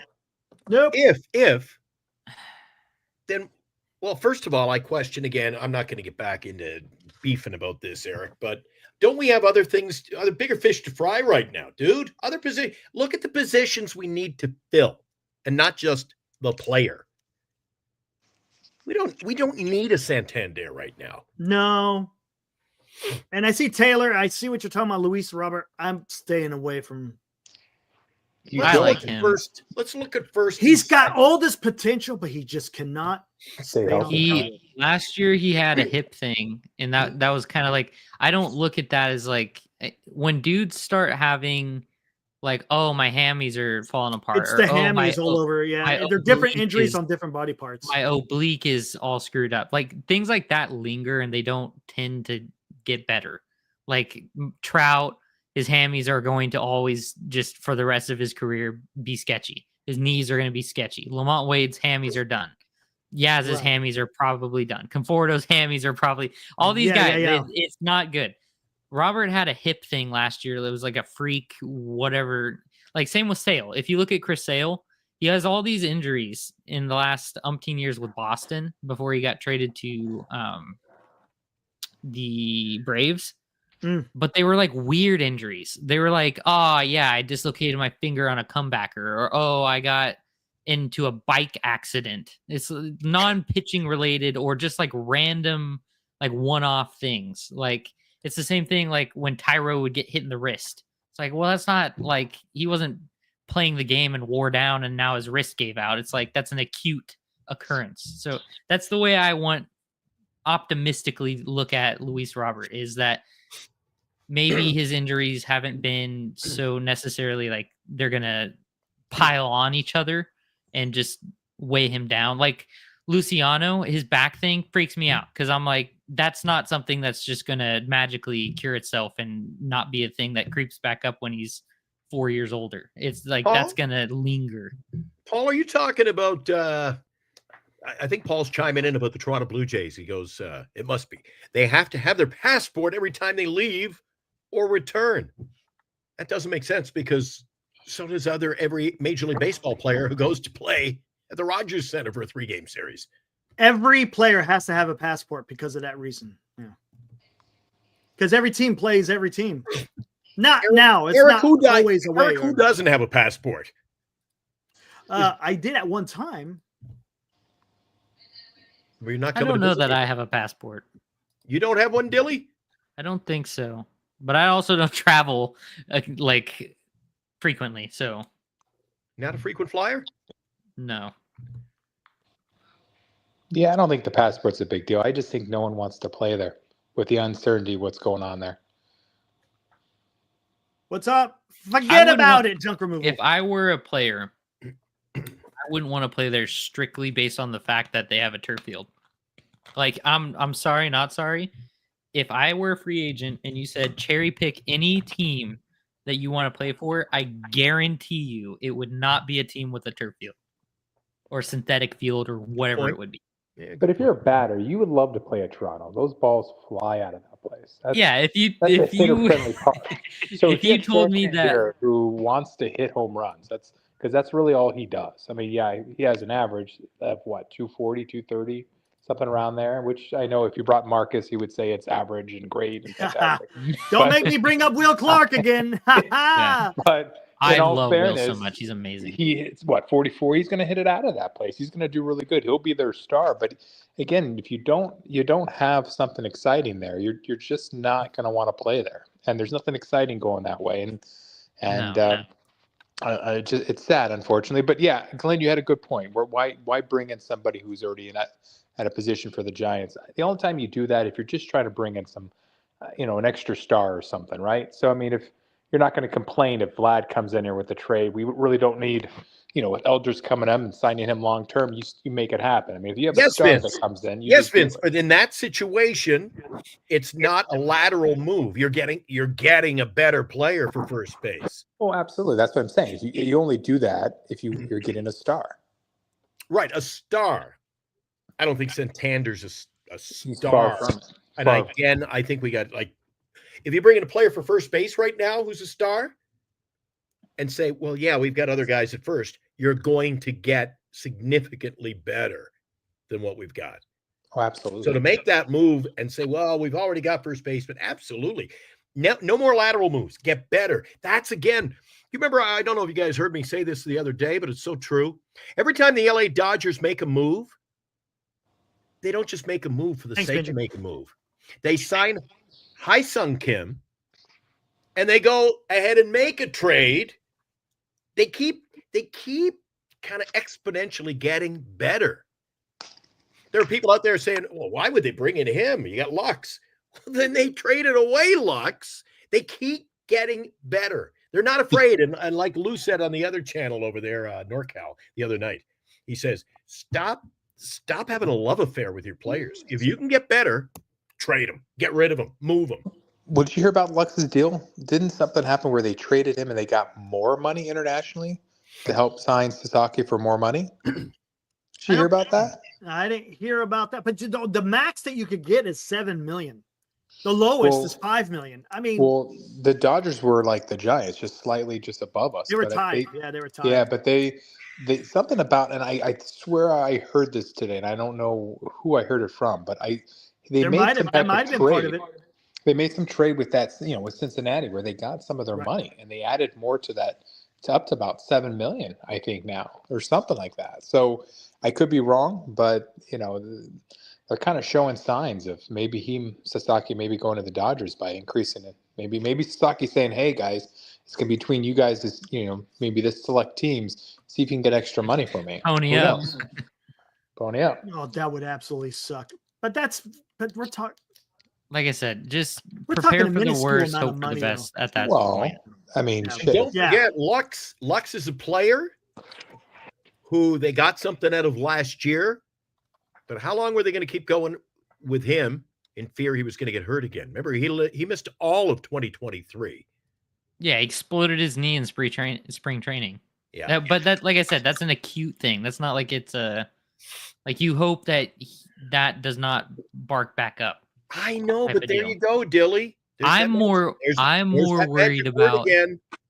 There's the that fact- magic word again. Hope. I hope. They hope. There should be no hopes. I would be I don't like the more word hope. worried about the fact that he couldn't throw a ball in the air to first base from second base for a good chunk of the season last year. It was just miserably yipped up, and like it was almost comical how terrible his ability to make that throw was. Even the guys who were in our chat the other night talking about Verlander. Well, we hope he can get the numbers back. Hope. I don't rely on hopes. I want good players, great players. I don't see any updates on the international pool. It's still so. I mean, these are articles that were written, so I don't know if there's a real time tracker that shows what each team's international pool money is. If anyone can find it out there, that'd be great, and I'll freaking look at it. If you can move them, move them. Don't have a. But love David affair. Yu is saying the same thing Vince is saying. They traded for more money for the international. Interesting. Yep. Hey, maybe the Giants are going to do that with Sable and some of these other guys. Yeah, there you go. Possible. It's possible. Let's hope. Yeah. That's all we can do, man. I mean, that's all we freaking got, man. Gosh, That's dang, funny. dude. And here's the thing: is everything being hung up because of Roki Sasaki? Is that what? I don't know. I how it don't can be. know. I don't know how much I don't he know how it can be. actually. I don't has- think so because of the money. Well, it depends, because so if you look at Flaherty, who's the last like legit starting pitcher that's around, poking his head around, outside of Roki, obviously, but separate money. It depends on what teams might be in on Flaherty that might be hanging him up, just on the fact that if some of those teams who are like, well, if we get Sasaki, then we don't need Flaherty, so then whatever. And that could be postponing their offer to Flaherty, or like hanging things up with Flaherty. Like, we're gonna see what happens with Sasaki. If we get him, then we don't need Flaherty. And then one of those other teams that were potentially in on Sasaki would pick up Flaherty as like a fallback type of option. Like very similar to what we were thinking the Giants were gonna do with like Burns. Like, oh, maybe they try and get Sasaki, and if they don't, then they just for sure get Burns or something like that. Try and get both, obviously, but if you can't get Sasaki, then go for the free agent. Minnesota beat San Jose tonight, 3-1 final, a late goal. Minnesota threw out my old roommate, Eric. He got the win tonight. Gave up just one goal on 37 shots. Marc-Andre Fleury get the win. Sorry, Shark fans. GI, I saw that same article in MLB Trade Rumors. Dodgers weren't really high on the guy anyways. I think, if I'm not mistaken, the guys that the guy that the Dodgers lost to the Pirates wasn't even in the top 50 of international free agents. So it's not like they lost anything big. But yes, does it free up some money? Sure. I think I kind of like that. Oh, that's what it was. They didn't get our High Sun Kim, whatever you call They him. didn't get international pool. They just got the competitive balance draft pick. There you go. So they didn't get international pool money. There you go. I like the Kim move. I like the Kim he's move. gonna He's gonna sign where he's gonna sign, and it's not gonna make a Just have difference. to wait. It's not gonna Yeah. be the money, obviously. And Obviously, like yeah, I said, right. I am fully prepared for him to be a Dodger, and it's not going to break my heart because I've already had it in my mind for the last couple months that that's just going to be what it's going to be. So it's like I've already grieved, basically, is what I'm saying. I've already gotten over the grief of that occurring. So if he signs literally anywhere else, including obviously I'd be ecstatic if he signed with the Giants, but if he signs literally anywhere else, that's a win. Yep. See, I didn't think he was going to go to the Dodgers. I think, What's up, Mark? I thought he was going to go to the Padres, and I think I when the did whole too. Padres whole thing kind of collapsed with Oh, it everything going on collapsed. with ownership. Then I thought, great, the Giants have a really good chance now, because I do think, even though he's never said it, I do think he wants to be on the West Coast, and that is speculation, but I do think he does, and so the only thing I get nervous about is the Dodgers. And that's just the only thing that's kind of upsetting. But again, from what his agent said, all the things that he wants, the Giants do very well at those things. So, Yeah. Again, if it wasn't for if the Padres didn't have a collapse like they've done, I thought that's the team he would go to. But I do think he's probably changed his mind if it was the Padres. I don't think they're in the scenario at all that Are he's you going to getting go echo, Eric? I got echo coming in my end. What about you? No echo on me. Okay.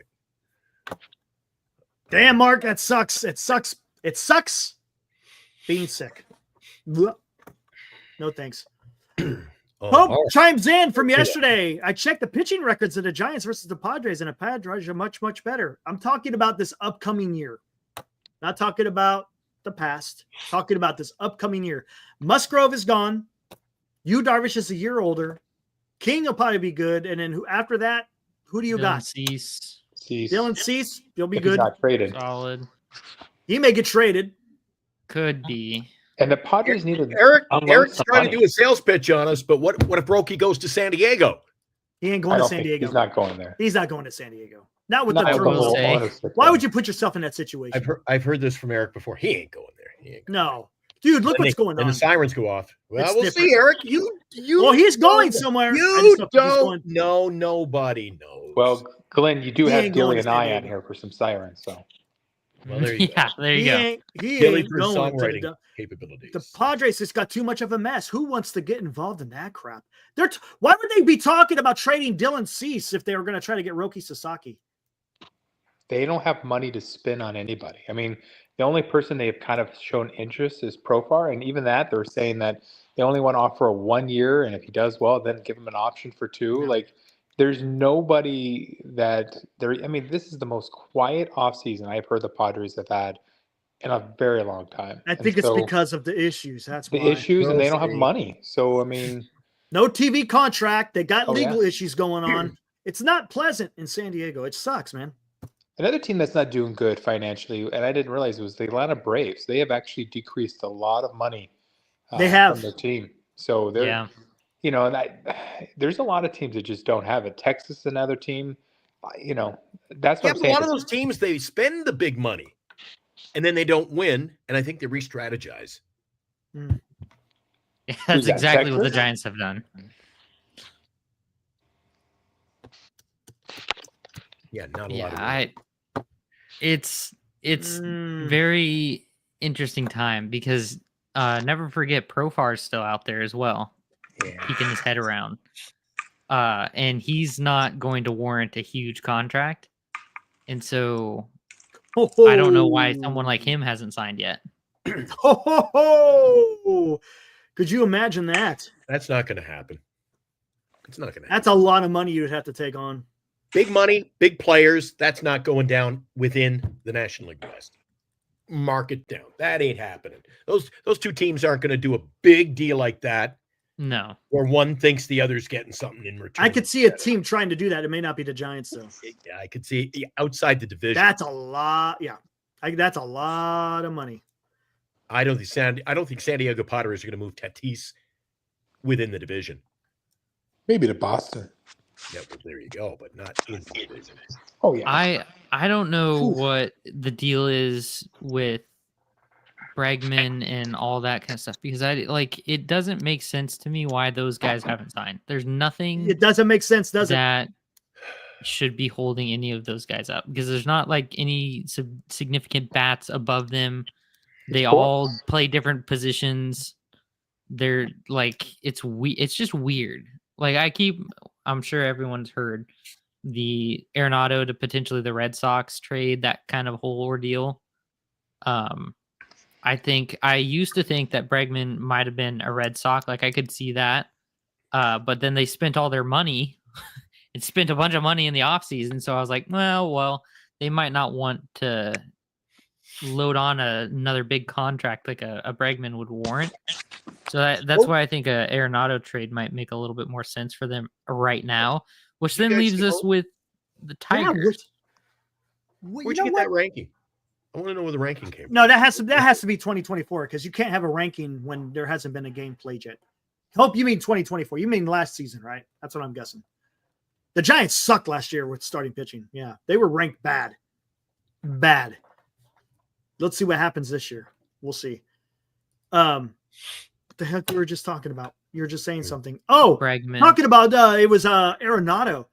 Yeah, there was all this talk about Sox. him being traded, and that kind of dried up a little bit. What's going on with Arenado? I think initially he was because Cardinals are in a miserable situation too, because it's like their starting rotation is ancient. They lost Goldschmidt and Arenado's aging. They've got some work to do. Yeah, they do. And so I thought that Arenado, seeing the writing on the wall, was like, oh, okay, yeah. I think he's very much more stingy with where he wanted to go earlier in the offseason. And then I heard that he's opened up the gates a little bit more and he's more willing to go to more teams. And I think Boston makes sense. Right, like I would have no problem with that. Although the only thing with Boston is that Devers plays third, and I've also supposedly they want to move him off third. Oh yeah, because he's miserable defensively at Yeah. third. He is a terrible defensive third baseman. But I heard that he doesn't want to do that. That he wants to play third. I think he said he's okay with it now, that he'll take DH if he has to. Oh well, then do that. That's fine. What's up, PK? And I think I was gonna say Arenado move just him wants to to go to second. 2 teams. Isn't it Gregory. just Boston and LA? What's up, Greg? I mean, that would make sense. That would make a lot of sense. I like Those are the only way 2 he teams he sound. wants. I would like him in Boston, obviously, for everyone's sanity. But Be right back. Warm up the coffee. Hey, Johnny. I Johnny, like Bregman to Johnny the says, Tigers. look at A.J. Preller's tenure. 11 years. No division titles, no pennants, no World Series appearances. Ultimate losers. Come on, man. You're playing in the same division with the Los Angeles Dodgers. You better put a hell of a team on the field if you think you're going to win the National League West. I think they did guys, I thought the San Diego Padres did a great job with what they had last year. And look, they had the lead over the Dodgers in the postseason series. You cannot, guys. Were you with us the night that Eric thought there was a brawl? That was beauty. Were you there? Were you there that night, Dilly? I don't think so. What about Vince? Were you with us then, Vince? No. Oh Jesus! So we're following what we call the dots. We're following the game, but due to I see. what you're YouTube saying. rulings, we can't play the game itself. So Yeah, the box. we're score. watching the dots, and it's telling you what's going on. Strike, ball, base on ball. All of a sudden, there's a congruation. Every single dot is at the pitcher's mound. Eric goes, holy crap! It's a fight. It's a fight. They turned a triple play is what happened. That was unfreaking believable. But anyway, they had the lead in that series, so it was Hope was watching. Yeah, it was hysterical. Eric's like, what the hell? It's a fight. Guys, you had to be there. It's a fight. You know, Eric, he was like all wound up, and he goes, oh, triple play. Game over. And nobody out. I think the bases were loaded, weren't they, Hope? Bases loaded, nobody out. The Padres coming back on the Dodgers in the bottom of the ninth. And a triple play. That just doesn't that sound like a giant-esque? How to blow it? God. Guys, where's the base hits? Where's our hitting coming from this year? That's what we need to sign. We need to sign somebody. That's what I'm worried about. I think. And I'm not all in like my old pal Romo here. I'm not, there's nothing right now that's got me excited about the Giants. There really isn't. Oh, you like I don't think we've got great pitching, and I don't think we upgraded our hitting to a degree where it's going to win us. You're not excited about Jung-Hoo Lee and Ramos? I was gonna say you gotta be. You're not excited about Willie Adames? I don't think it's like. No? I don't know, Eric. I'm not excited. I'm not excited. Will they win more? Maybe they will. Will they win the division? I mean, we just had a guy. I went on a little rant. We had somebody in here talking about the Padres for the last 11 years. Ultimate losers. They haven't won the division. I'm like, come on, man. Put them in any other division of baseball. Maybe they would have won a division. But at least AJ was exciting. He's I mean, he does spend his money foolishly a little bit, but Yeah. he, I don't know. he is goes out and gets some good exciting. players, though, man. He puts good players out there. Did a couple of good deals last year. I liked. He's good, but I yeah, don't know. the Giants got to do something. I mean, look, at Adames is great. I think I'm excited to see Ramos and see how he does. I do think he may be. I mean, I think he's going to have his up and downs as sophomore year. I think there may be some things where he's going to have to catch up on some stuff. That the league's going to try to find out more about him, and he's going to have to make adjustments. We'll see how Lee's going to be this year. If he hasn't even played a full season, and again, our right field, which I'm not really excited unless it's Matos over there. But I even heard rumors that Matos was going to be part of a trade. That the reason why they sent them out there to do so well was to make him exciting More for valuable? trade bait. Yeah, I don't that's know. fine. I hope for the right person. I think. Right. And then I look, Get rid of Matos and just go all in on Tucker next year. and that's fine That is too. Totally fine. And that's fine too. You could do that if you want Well, to. yeah, I'm if we okay go with that.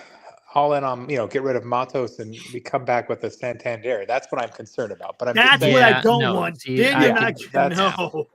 But that's No. the shit that sometimes we were used to having with Farhan, right? So Right. we'll see. Well, I mean, I think we got it. We still got to do something. We can't. Okay. we If gotta- you're not we going to, can't sit- okay. If we're going to go for Tucker next year, then who the hell did the Giants trade for this year?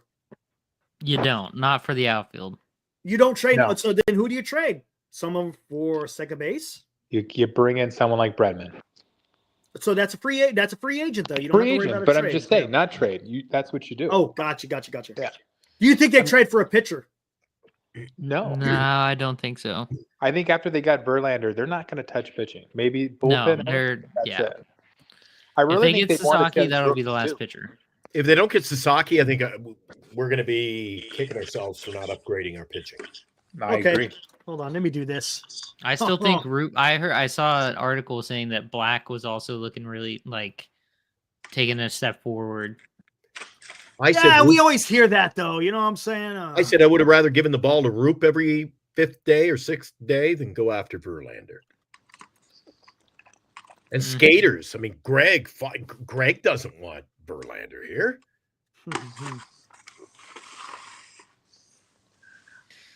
Realistically, what it comes down to is, that we have too many people trying to do the same thing. And I'm referring to first base / DH. We have too many dudes who are going to rotate around that. And I don't like that. I would rather have one like legit first baseman, which I know we're going to have in Eldritch, hopefully next year. But I agree don't with Skater. I don't like the prospect of having Lamont, Flores, Encarnacion, trifecta rotating around the DH first base spot. That There you it's go. just it doesn't appeal to me. That, in my opinion, that's our weakest area.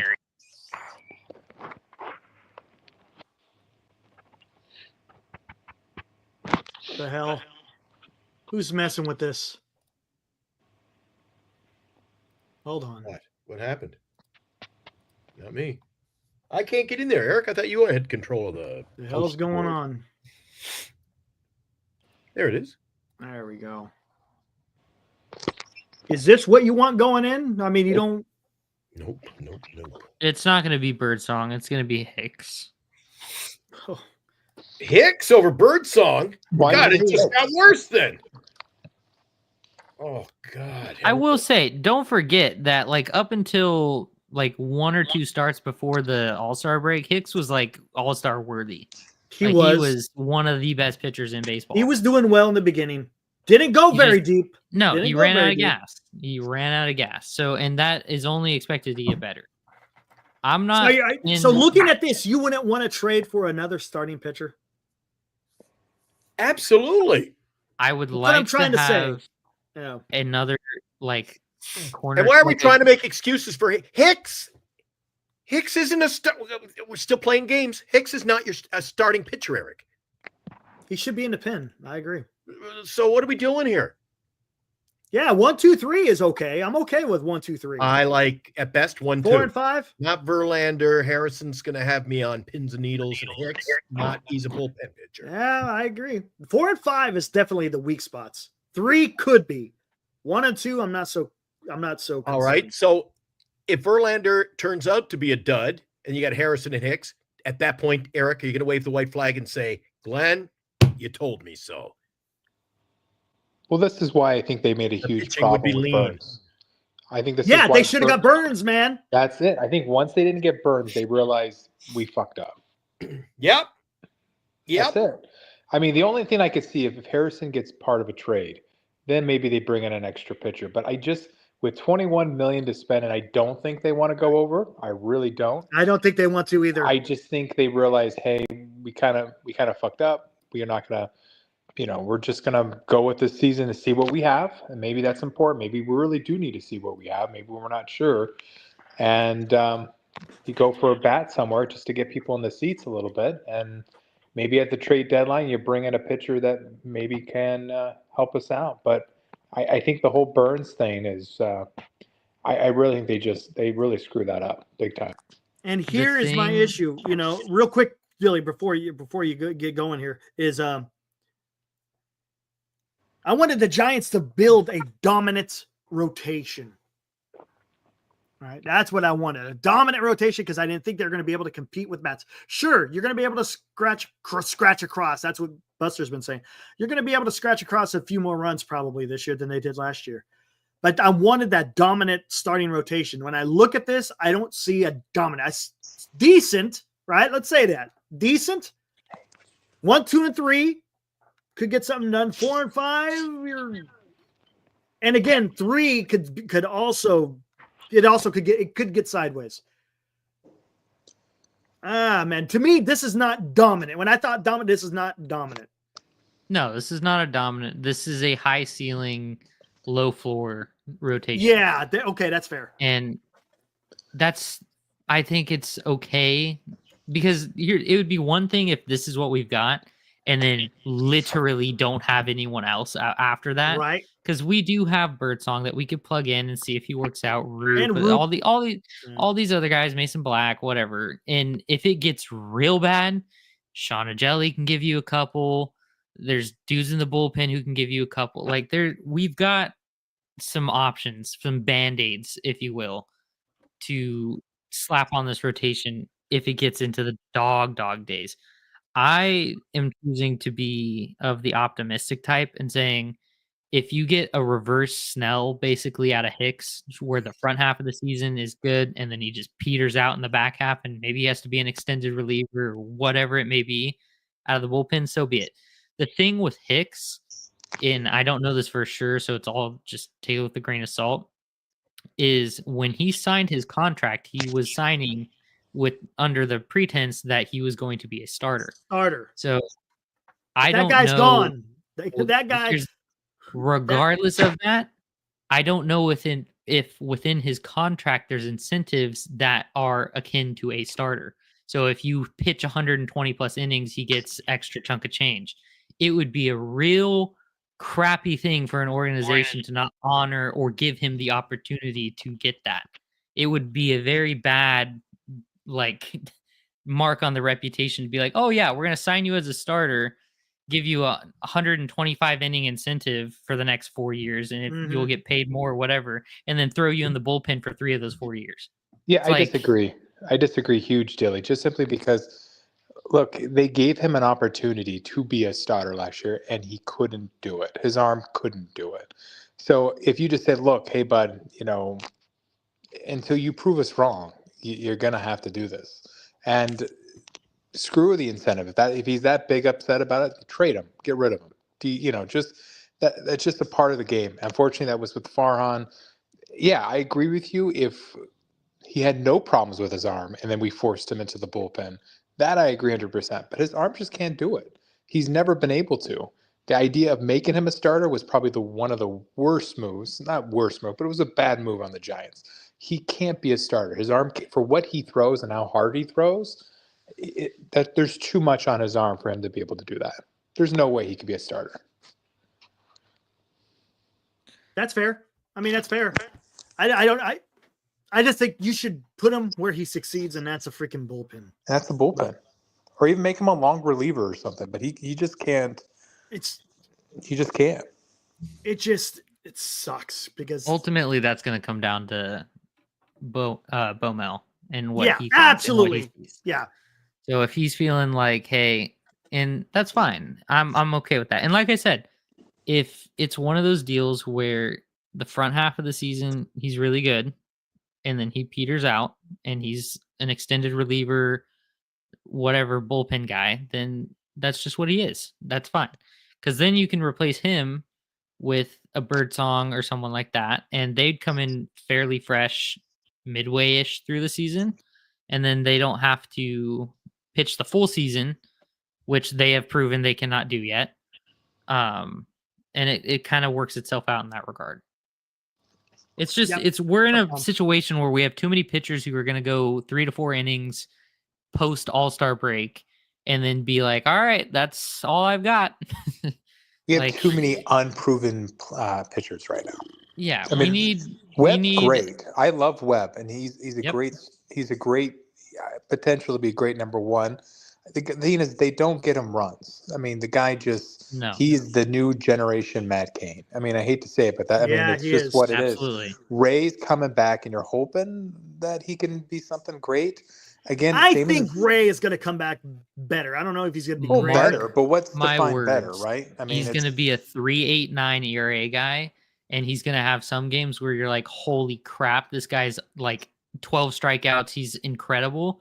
And then he's going to have games where he goes 3.5 innings, and it's like he's never pitched. Who's this guy? Yeah, and that's his career. He's 3.89 ERA, a bunch of strikeouts, and whatever 149 innings, something like that, and that's what we'll get. So, Dilly, would you say this 5-man rotation is a 4th place team in our division? Probably. Yeah. Yes. Yeah. So again, how do you build in the next couple of years if you're constantly at that 4th standing in your division? We need to hit on a Harrison or a Roop or a Birdsong, something like that. That's what it's dependent on, because Webb came out of nowhere. That's why I put my dark horse as the guy that we hit on per se, and like turns out to be a stud is Roop. I think he'll come out and be like, holy crap, this is I'm excited about next, Roop, yeah. Our next Webb in the making type of deal, because Webb was not highly touted, and then he just figured it out. Someone spoke the right words into his ear, and he all of a sudden turned into what we have now. And so I think the next one of those is going to be, now that's not to say that Harrison's not going to be good or Birdsong's not going to be good. I like picking the dark horse of, it's someone that you don't necessarily have on the front of the like your top dog on the radar. It's going to be someone who you're like, oh, well, that's a nice surprise. Greg doesn't agree with us. He says Verlander gets us to 3rd. A healthy Verlander, I would Giants say, could get us there because, again, I think San Diego might regress. We'll see. No, not Right. Second? All righty. No. My case, Your Honor, my case is closed. You'll be doing too much. I'm not going to say second. That's 3rd. Look, am I saying that I can't? No, but no. Whoever came into the chat a few minutes ago, Eric, when I was cracking open another cold one here, somebody went in the chat and said that Verlander is going to sell tickets. Well, I'll guarantee you, if he doesn't come out of the gate hot, I'm not rushing out to see Verlander giving up. Maybe his wife will sell tickets, not so much him. I love Verlander. I'll just say it right out loud. I love Verlander. Just that's all.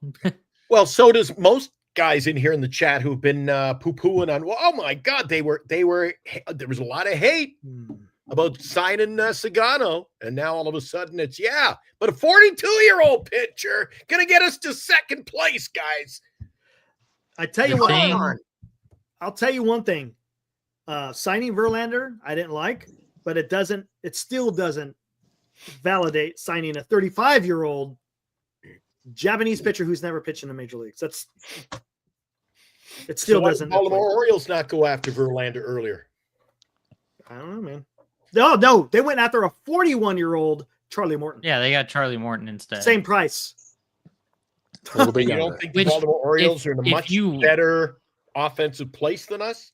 A better If chance you absolutely. really now? think about it, Morton would have made more sense for the Giants than Verlander, or Scherzer would have, because he's more of an innings eater than Verlander. Last year, I can't remember. I'll look it up. But See, I don't Morton, get the whole love for Verlander. Verlander opening day starter? Come No way. on.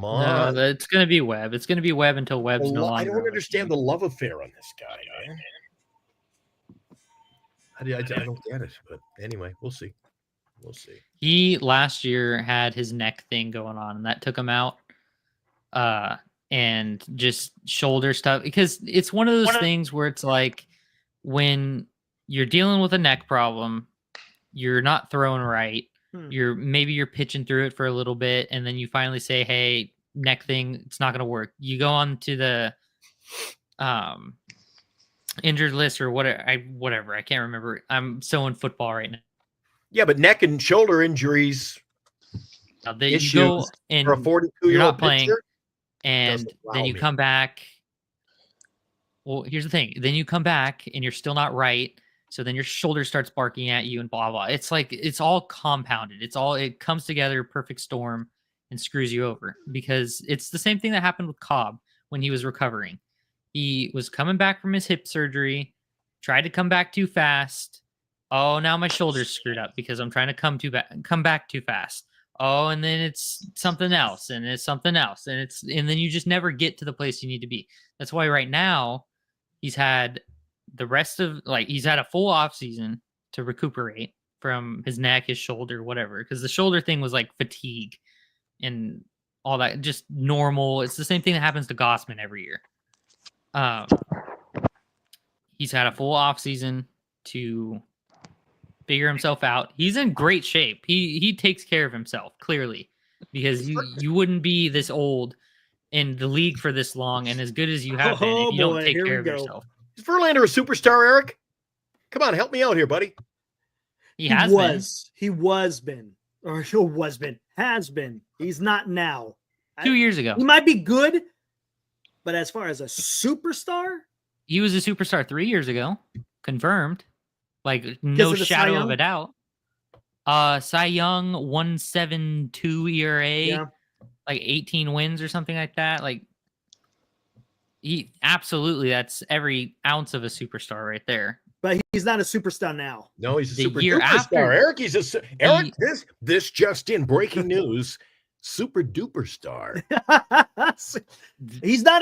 was a superstar. The He's year not after now. that, in 2020, Is when everything went to shit, right? No, Benji, he was I'm not fine. going He had off a on anything. 3.13 ERA. He was fine in 2023. 2022, he won the Cy Young, I believe. 2023, he had a 3. That's when he was with the Mets, and they got traded to the Astros. And the Mets thing, that was a total What happened there? disaster with him, with Scherzer.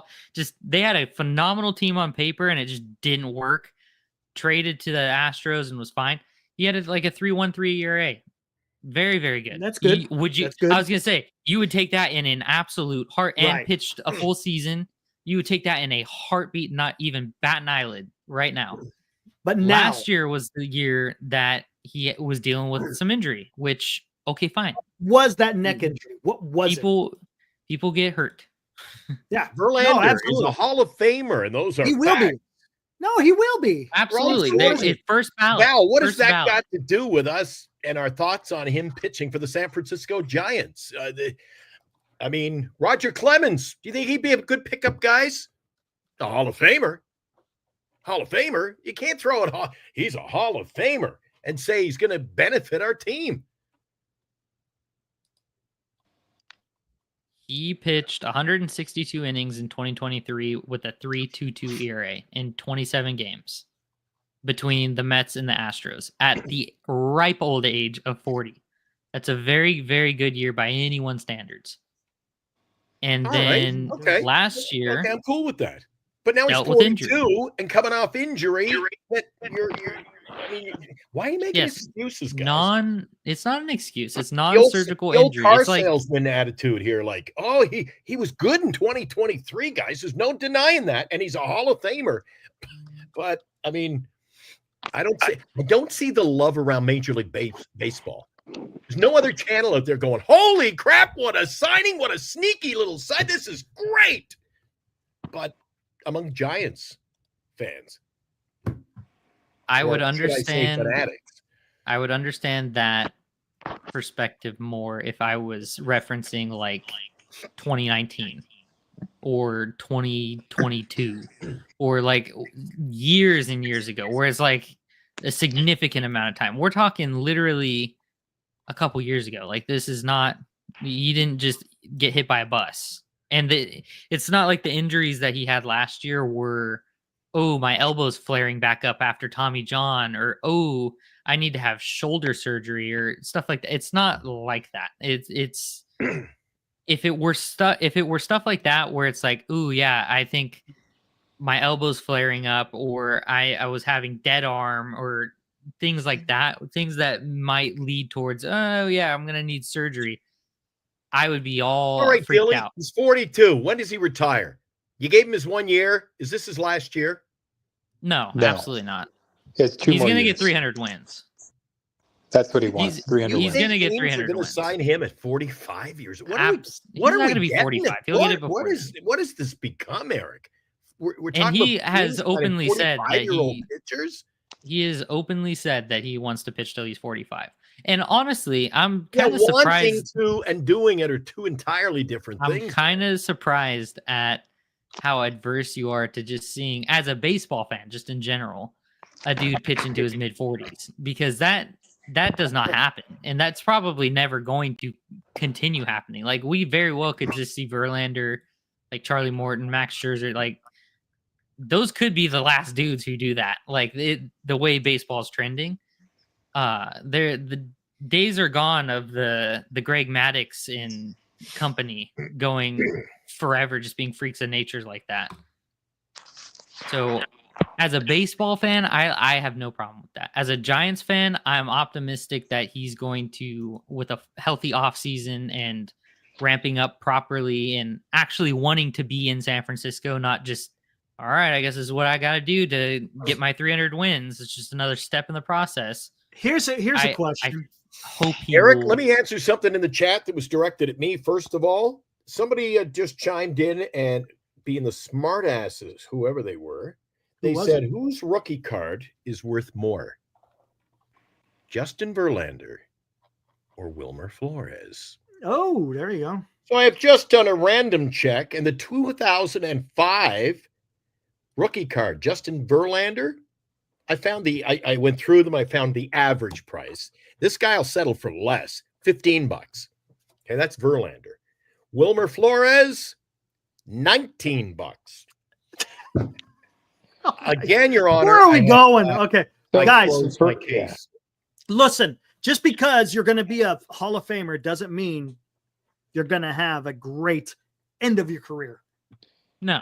For example, have the Giants have they had some Hall of Famers that have been on their teams that are Hall of Famers and absolutely shit the bed?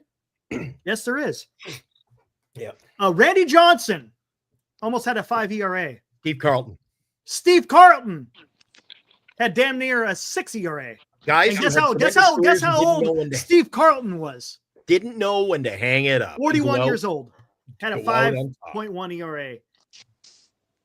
Randy Johnson, man, he got the 45. Had a 4.8 ERA. Just because you are a Hall of Famer doesn't mean you're going to be having Hall of Famer numbers when you're 42 years old. That's all I'm saying. He could absolutely come out and deal. He could. He absolutely could. I'm not saying he won't. All I'm saying is past performance to an extent will not always dictate, especially when you get to the end of a 20-year career, that it's gonna pan out. I'm just saying there is risk. Kurt Schilling. Yeah. I mean, I there's a think lot of guys Verlander- who just didn't want to hang it up. I think Verlander wouldn't be an issue with us if he was our number 4 or 5. You know what I Right. mean? Like he's our number 3, and that's to me that's where I like. You had Corbin Burns in there, and then you signed a Verlander. Okay, I'm okay with that. But Verlander is your number 3 starter, and that's the biggest scare of the whole thing. And that's where I'm not against the Verlander trade. I'm just saying like he would be a good complementary piece versus a third, top of your rotation. That's type fair. of starter. Hey, who was that? Let me go back. Oh, Benji. Benji's in tonight, Eric. Came in a little late, too. We glad to see him. He asked about Wilmer Flores, Jr., or Little Wilmer Flores. He made his appearance on the show the other night. There's Little Wilmer Flores. Yep. He's a cute cat. So, color. yeah, he is. He's Greg's color. asking, so are you doubting Posey? Thank you, Tom. I like how you said it. In Posey we trust. If Well, he's I'm wrong, questioning, then I'll be the first to Eric. admit it. I'm Yeah, questioning. You just said because he he's could still- have a great year. He could have a great. Eric, could. he could surprise the Major League Baseball field, like everybody. Right? He absolutely could. But is going out and signing a Verlander 42-year-old player the best move we could make? They could have made a better move. I agree. Does it mean it's gonna turn out bad? No, I'm not saying that. I'm just saying just because it's Posey doesn't mean I can't criticize the move. That we did that with Farhan. I'm telling you, Greg, don't fall into. I don't know if you did this with Farhan, but don't fall into that damn that box just because 2021 you had 107 wins means that the guy could do no wrong. That's all I'm saying. Just because Buster Posey made this deal doesn't mean it's not a wrong move. It could be. You got to may not separate be. Posey the player versus Posey the front office here. Correct. I will make And I get it. Buster is not Farhan, but again, it's a little bit weird. I'm just saying that there were other pitchers I think out there that the Giants could have gotten rather than a guy at the back end of his career. Yes, could he go out there and still perform? Yeah, but it's the back end of his career. This is not prime Justin Verlander. And I'm going to go out and say, Eric, there's no in between on this. This is either going to be risk or reward. It's It gonna be is. great. You know what? I like that. I agree with that. And I it's completely high- agree with that. don't give me It's this high mentor reward, low crap risk, anymore. right? No more mentor crap. Well, Dude, whatever. I mental. mean, I'm not going to go there. I'm just talking specifically about what he will do with the ball in his hand. Here's my question, Glenn: would you have rather them not signed Verlander and just not signed a pitcher? Period. Because that very well could have just been the alternative. I'm not saying that. I'm saying that if you're going to sign a pitcher, in my opinion, my humble opinion, there's better moves that could have been. Would you not have rather had Flaherty than Verlander? No, absolutely not. You'd rather have a Absolutely not. 42-year-old Verlander. No, than that's not one or the No, other. we wouldn't want Flaherty. Would Just you don't want rather Flaherty. pay Flaherty twice what you're paying Verlander right now? Absolutely. But there's no team. See, that's signing where I Flaherty like that. completely. But yeah, there is no disagree. team signing Flaherty. That is a good point. He can't be that valuable if no team is. If he's Well, that maybe that's great, no then overpay. Flaherty But doesn't again, fit do we have to overpay? Yes, we do. I Yes. absolutely He would wants not more. have signed. You don't at the have the point Giants don't in- have to overpay for starting pitching. They really don't. But- At the point we were in the offseason when we signed Verlander with those we- pitchers available. See skaters coming in talking hockey. Would you rather have a kid come in and sit with you or Patrick Waugh? Playing at that age? Patrick, when it's Eric, it's just You when can't get- compare. You got to compare where they are in their career. Patrick Waugh at the end of his career probably sucked. Like everybody, usually people at the end of their career usually don't go out gracefully. They suck. Madison Bumgarner sucked at the end of his career when he finished. Yep. Patrick Ken hung it up Lincecum because he had to hang it Sucked up. at the end of his career. I mean, that's the point where we're not getting Verlander in his prime, Yep. right? That I think that's the point we're trying to make. And I'd be interested, Eric, to see just San Francisco Giant pitchers. All the San Francisco Giant pitchers you could line up in the last, you'd have to go back 15. What is it? How many years is this now for Verlander? 20. So in the last 20 years, Eric, look at all the pitchers. The media guide, it would take 8 pages that have come and gone. Verlander's still kicking around. It's time to hang it up. Time to hang it up. Vintage oddball cards comes. You guys are telling me he's not going to be able to make his Hall of Fame appearance because I got a game tonight at 6:00, guys. And here's this. If Verlander had any other option, he would be on that team. No one was giving a 42-year-old $15 million unless you are the Baltimore Charlie Orioles. Morton. Yeah, and you'll give him $15 million. The problem is, let's all blame Kikuchi.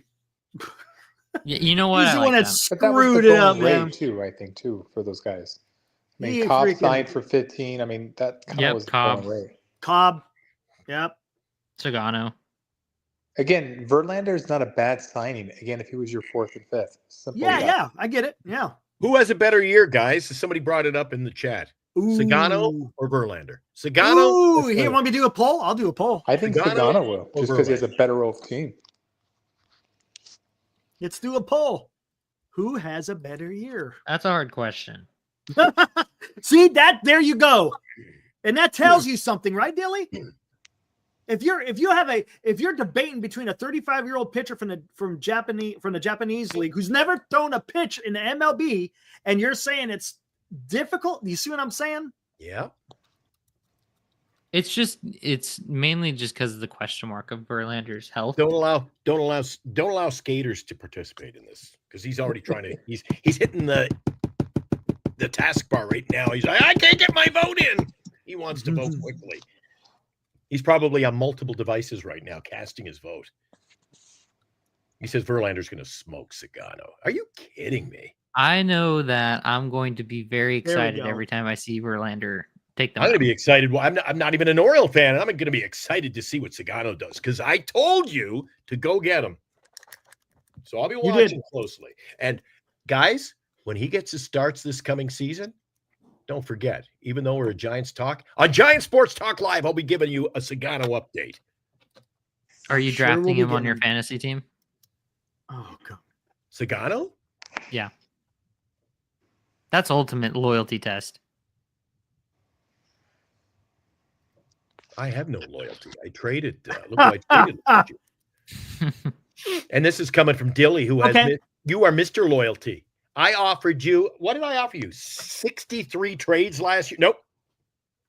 I get Well, up. Real quick, To be- let's get off the fantasy. We don't need to. How about this? Yeah, the well, the Giants- Giant fans are living in a fantasy, Eric. If Giants get Roki Sasaki, does it change the entire complexion of the conversation? Yes. Because it moves Verlander back down. Yes. It moves him down to a 4. If we don't, we're big freaking trouble. Correct me if I'm wrong, though. With Sasaki, You're wrong. he all right. He in Japan hasn't pitched a whole crap ton of innings ever all at once in one season. True. So it's not like you're gonna get. And this is I've had this in the back of my mind the whole time this whole offseason. I'm like, it's not like if you get Sasaki that he's just going to go out and suddenly pitch 150 innings plus.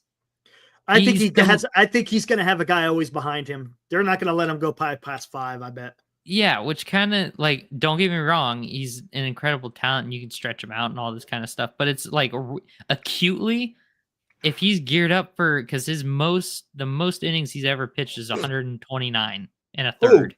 Who? Sasaki. Oh, I thought you were talking about Sagano. No.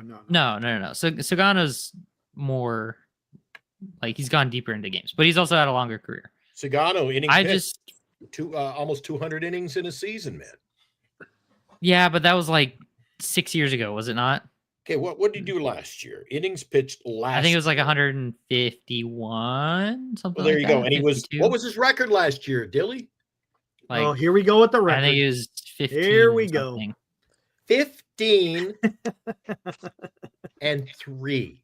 Yeah, that's all dependent on the team. And I you don't play care on. if it's sandlot ball or senior ball or minor league ball. When you're 15 and 3 against the talent you're facing, you're doing something right.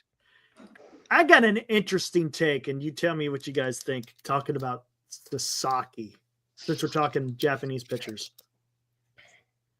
If he decides, let's just say he decides to pick the Dodgers, and the reason he gives is because he wants to play with his buds. Do the Giants even want him in the first place if that's where his mind is, right? Don't you want a guy that wants to come and just he wants to freaking pitch, not necessarily, you know what I'm saying? I know what you're saying, but I don't know No? how much I would put into that. Just No. because it's like I don't. It's I just don't. it seems just like, dude, why don't you carve a name for yourself? And look, it doesn't even have to be he doesn't have to even be a Giant. He could go sign somewhere else. I'm not saying specifically come to the Giants, but if he goes and says, yeah, I'm going to go play with my buddy freaking Shohei and Yamamoto, man, that's where I went. Then why even worry about having him on your team if that is where his mind is? I do sometimes think we get into the habit of like trying to get almost religious with it in the sense of like, if it were you, like think about legitimately if you were in this situation right now and we're told you can go play on a baseball team where you're going to get paid millions of dollars, obviously not as much as he could have gotten paid, but still millions of dollars nonetheless. You can go play with your friends on a team in another country that's going to win, no matter, like confirmed is going to win, make it to the postseason, and everything's going to be just basically handed to you on a silver platter.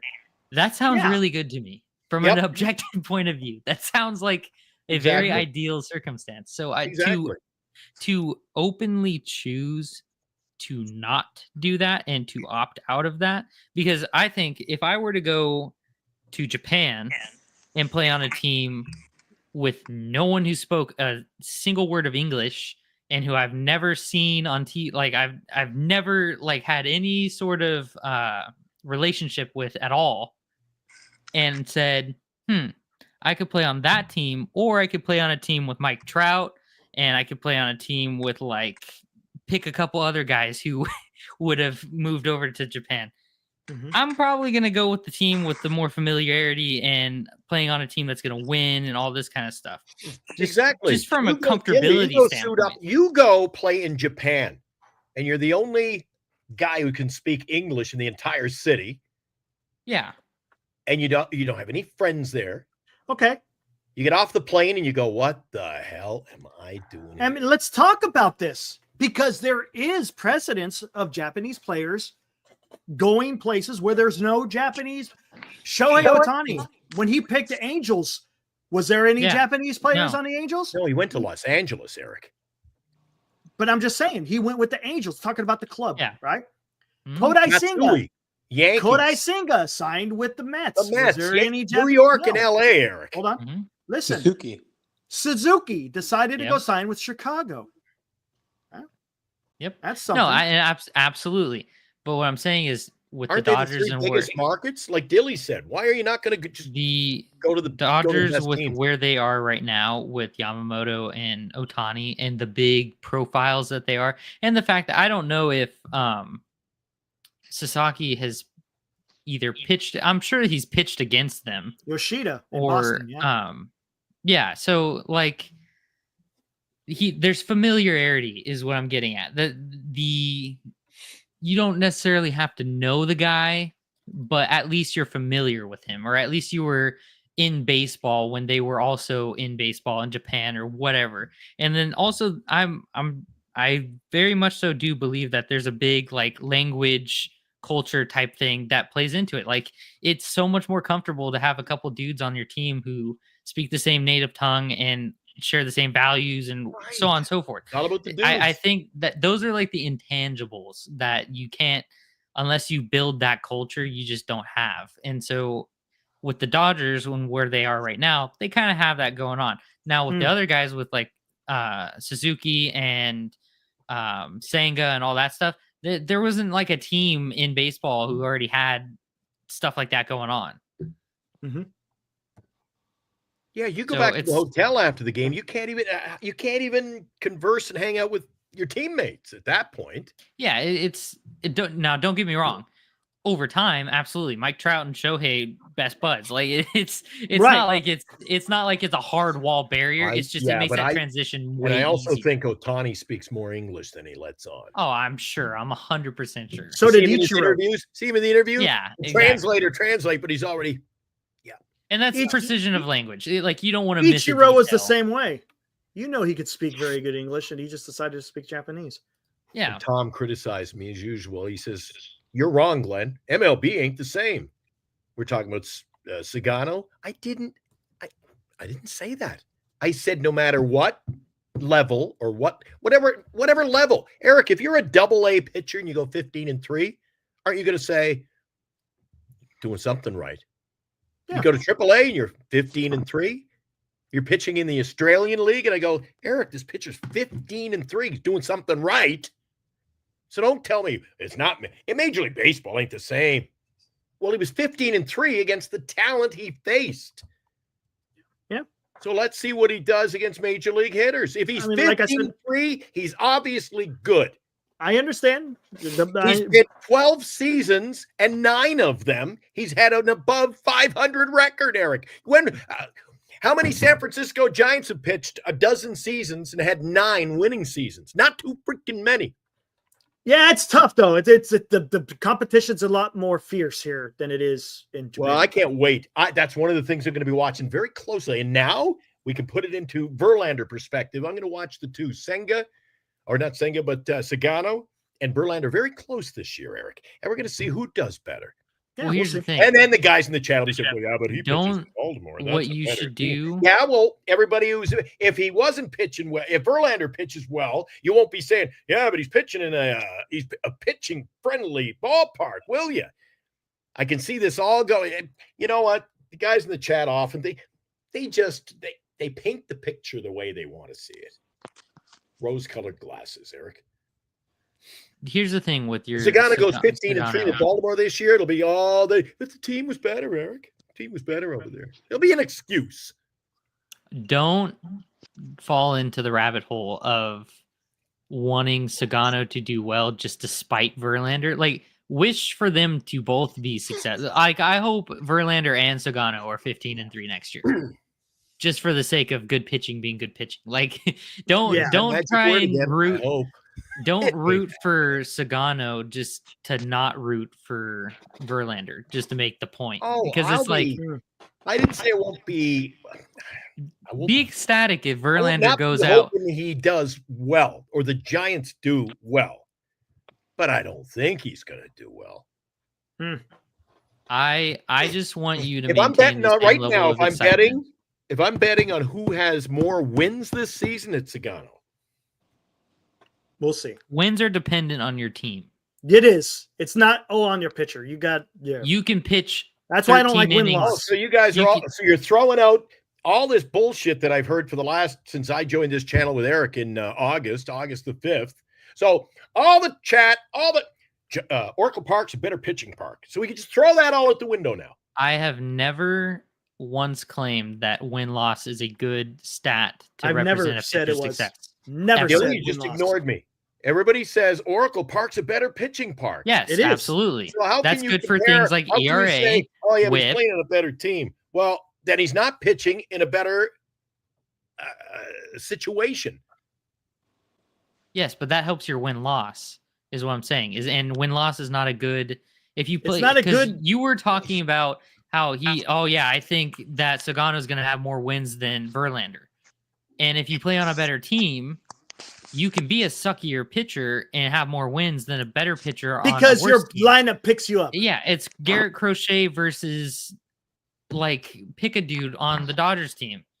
That was bottom of Bobby Miller, whoever. He's gonna have if you paint it that way. I think Oracle Park's a great pitcher's ballpark, Eric. It is. It's just absolutely. It's one of the best in baseball with those gaps. But that doesn't translate to wins. So if you come back in 6 months and go, well, his record's better there because it's a better team he's pitching on, then it becomes bullshit. Verlander should have better numbers pitching in Oracle Park, right?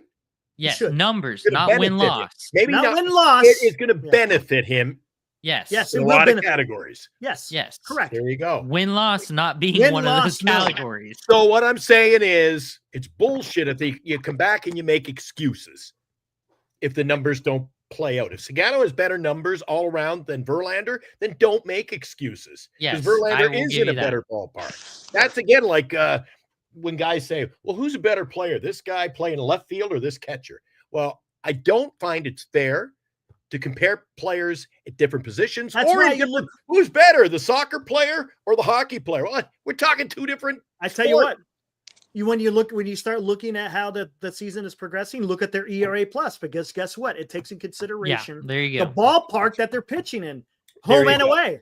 There you go. There you go. And if one has a higher ERA plus than the other, then that person's better. Right, skaters. So you should be freaking paranoid heading into the season with this pitching staff that you think is so great. If it's all about what the run support you get. I don't see them getting a lot of run support. That's another question. I don't That's think they get a lot of run topic. support, and this pitching staff needs run support. I think that Eric goes both directions. I don't think the pitching staff's as good as it should be, and the hitters aren't as good as they should be. What happens? That spells disaster. And none of you guys hit on that scary word. When I stepped out earlier, I was listening. You guys were talking about the pitching staff. You had it up on the screen. The three of you had your take on it. Nobody mentioned injury. If there's an injury to that pitching staff, to your top two, you're in deep trouble. That's what happened to the Dodgers last year. They had their entire staff. They had was two pitching decimated. staffs, and it Yeah, was, but you can't that compare was the Dodgers staff. ridiculous. Because they had the lineup to make it up. That's why. Different. They're a better team. Yeah, absolutely. Yeah. There's Better no doubt team. about it. Baseball's funny though. You never know. But it doesn't look good. We'll see what happens, man. Like I said, high ceiling, low floor. What am I saying? The Giants and the Mariners are one and the same? I'd say I think they're about on the same level. Mariners, Giants, about the same. I They know were their lost pitching by staff's I 50 think a little runs. bit better right now than the Giants. Their pitching had- staff is incredible. They but had their like offense the is- But best. their offenses, I don't Their think offense is the Mariners sketchy. are nobody again, Yes. same situation. We'll have Scotty up in Seattle come on the show again some nights, and we haven't had him on in a long time. And see, Scott, this lineup. You rushing out to buy tickets to see this lineup? He'll probably say, God, we're not feeling it. You get the vibe, Eric. You get the vibe. We signed Sasaki. I can't wait to go watch him pitch. But a lot of these Giants players, I'd leave the ballpark and they're all giddy. Oh, I went to see my favorite player, Mike Yastrzemski, today. I'm like, good God. Well, the poll so far we got 37 votes in. 54% say Verlander will be better. Sagano 46%. That's pretty 50-50 to me. It's kind of close. That's pretty much 50-50. And if you take it from a Giant perspective, that should be frightening. Well, look, it's If just what half people of are the thinking. people We in don't a know. Giants, if half the people in a Giants chat, Eric, are Ah, saying it's it's only flip a coin, 37 who's people. better, that should scare you. As a 37 Giant fan. people. It's 37 people. I'm not gonna. Look. If it was 3,700, okay, but 37. Well, I'm people, just saying, Eric, the numbers aren't lying there. If it's half and half, then that should frighten you that half of our fan bases that have cast a vote are saying, yeah, Sakano would probably do better. Well, there's That's also a lot of scary. there's a lot of Dodger fans in this thing too, so they're not gonna. No, I hate to break it to you, but I voted for Verlander. yeah, you're just trying to stir up shit. That's all. Look at my profile picture. I'm pulling for the guy. I think he will be fun to watch. And ultimately, like I said, you can be a 500 baseball team and still be a fun baseball team to watch. I can go watch the King in his court play if I want to watch senior ball players. I don't understand the I have prejudice no so faith. much. No, Mike, I have against no faith in the Verlander. age. It's ageism. Ageism. Absolutely. I've been around pro sports. I know it was hockey.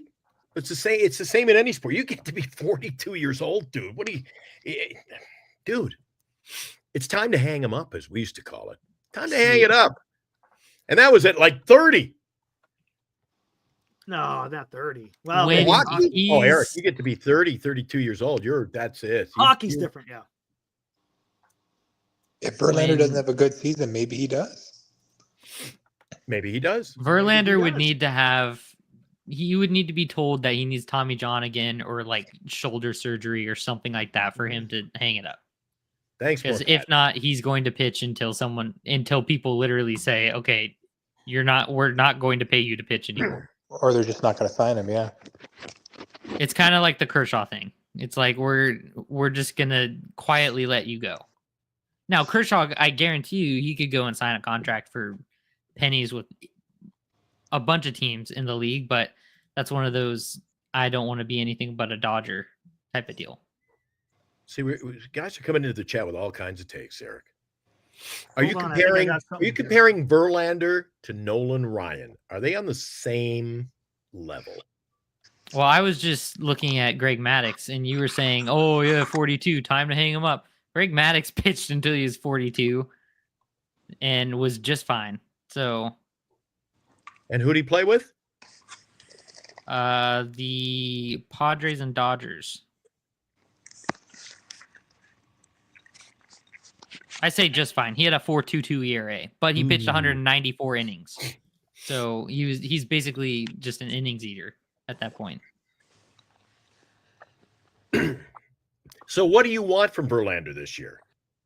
It doesn't matter if he doesn't get a win this year. Or he eats innings. You're happy. I would be happy. It's a I'd be good happy question. if he doesn't get hurt by the 5th game.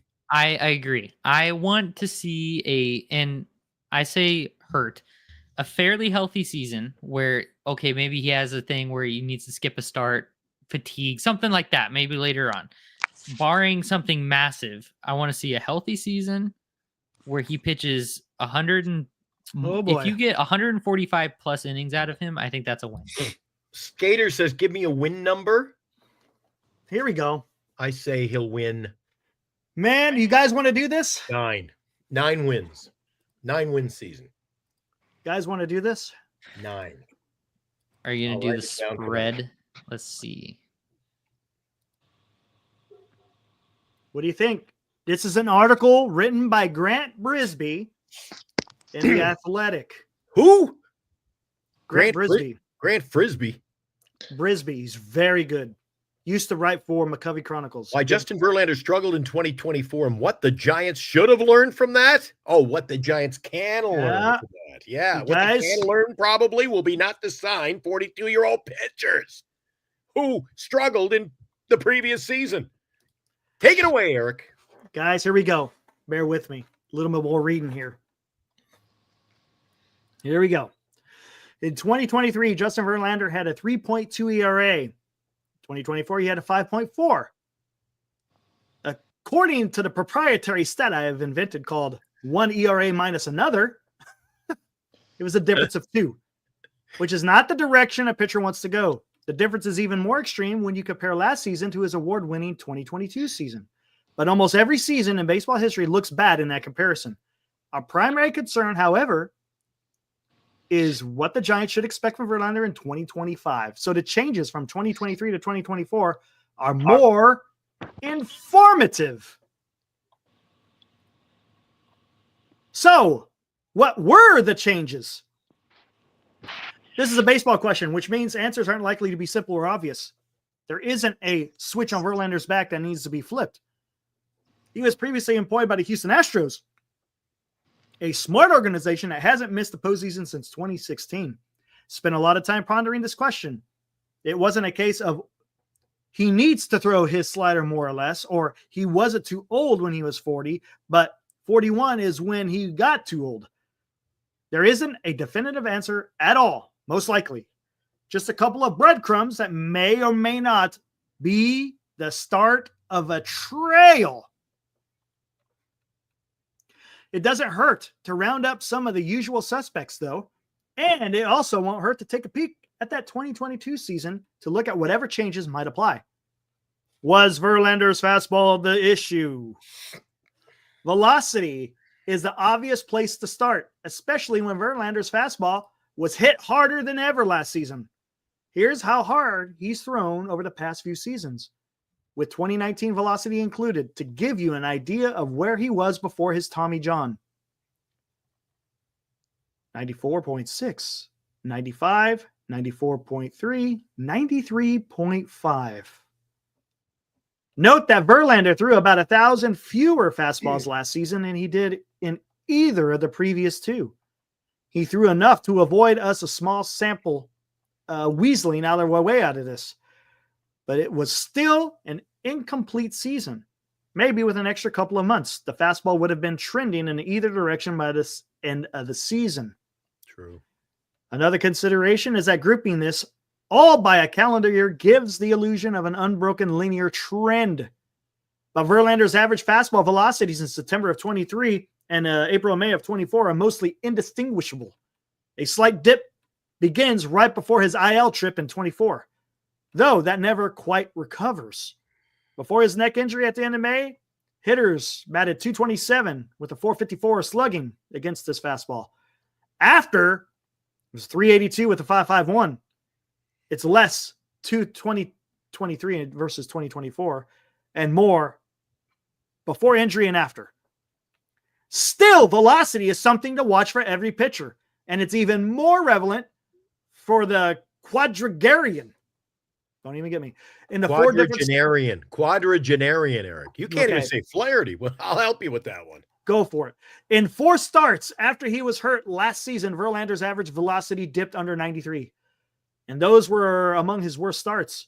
He hadn't had any starts with an average fastball that low since May of 2016. Every pitcher's velocity has a tipping point where that fastball moves from helpful to harmful. If Verlander's dip had more to do with age than injury, it's unlikely to get better.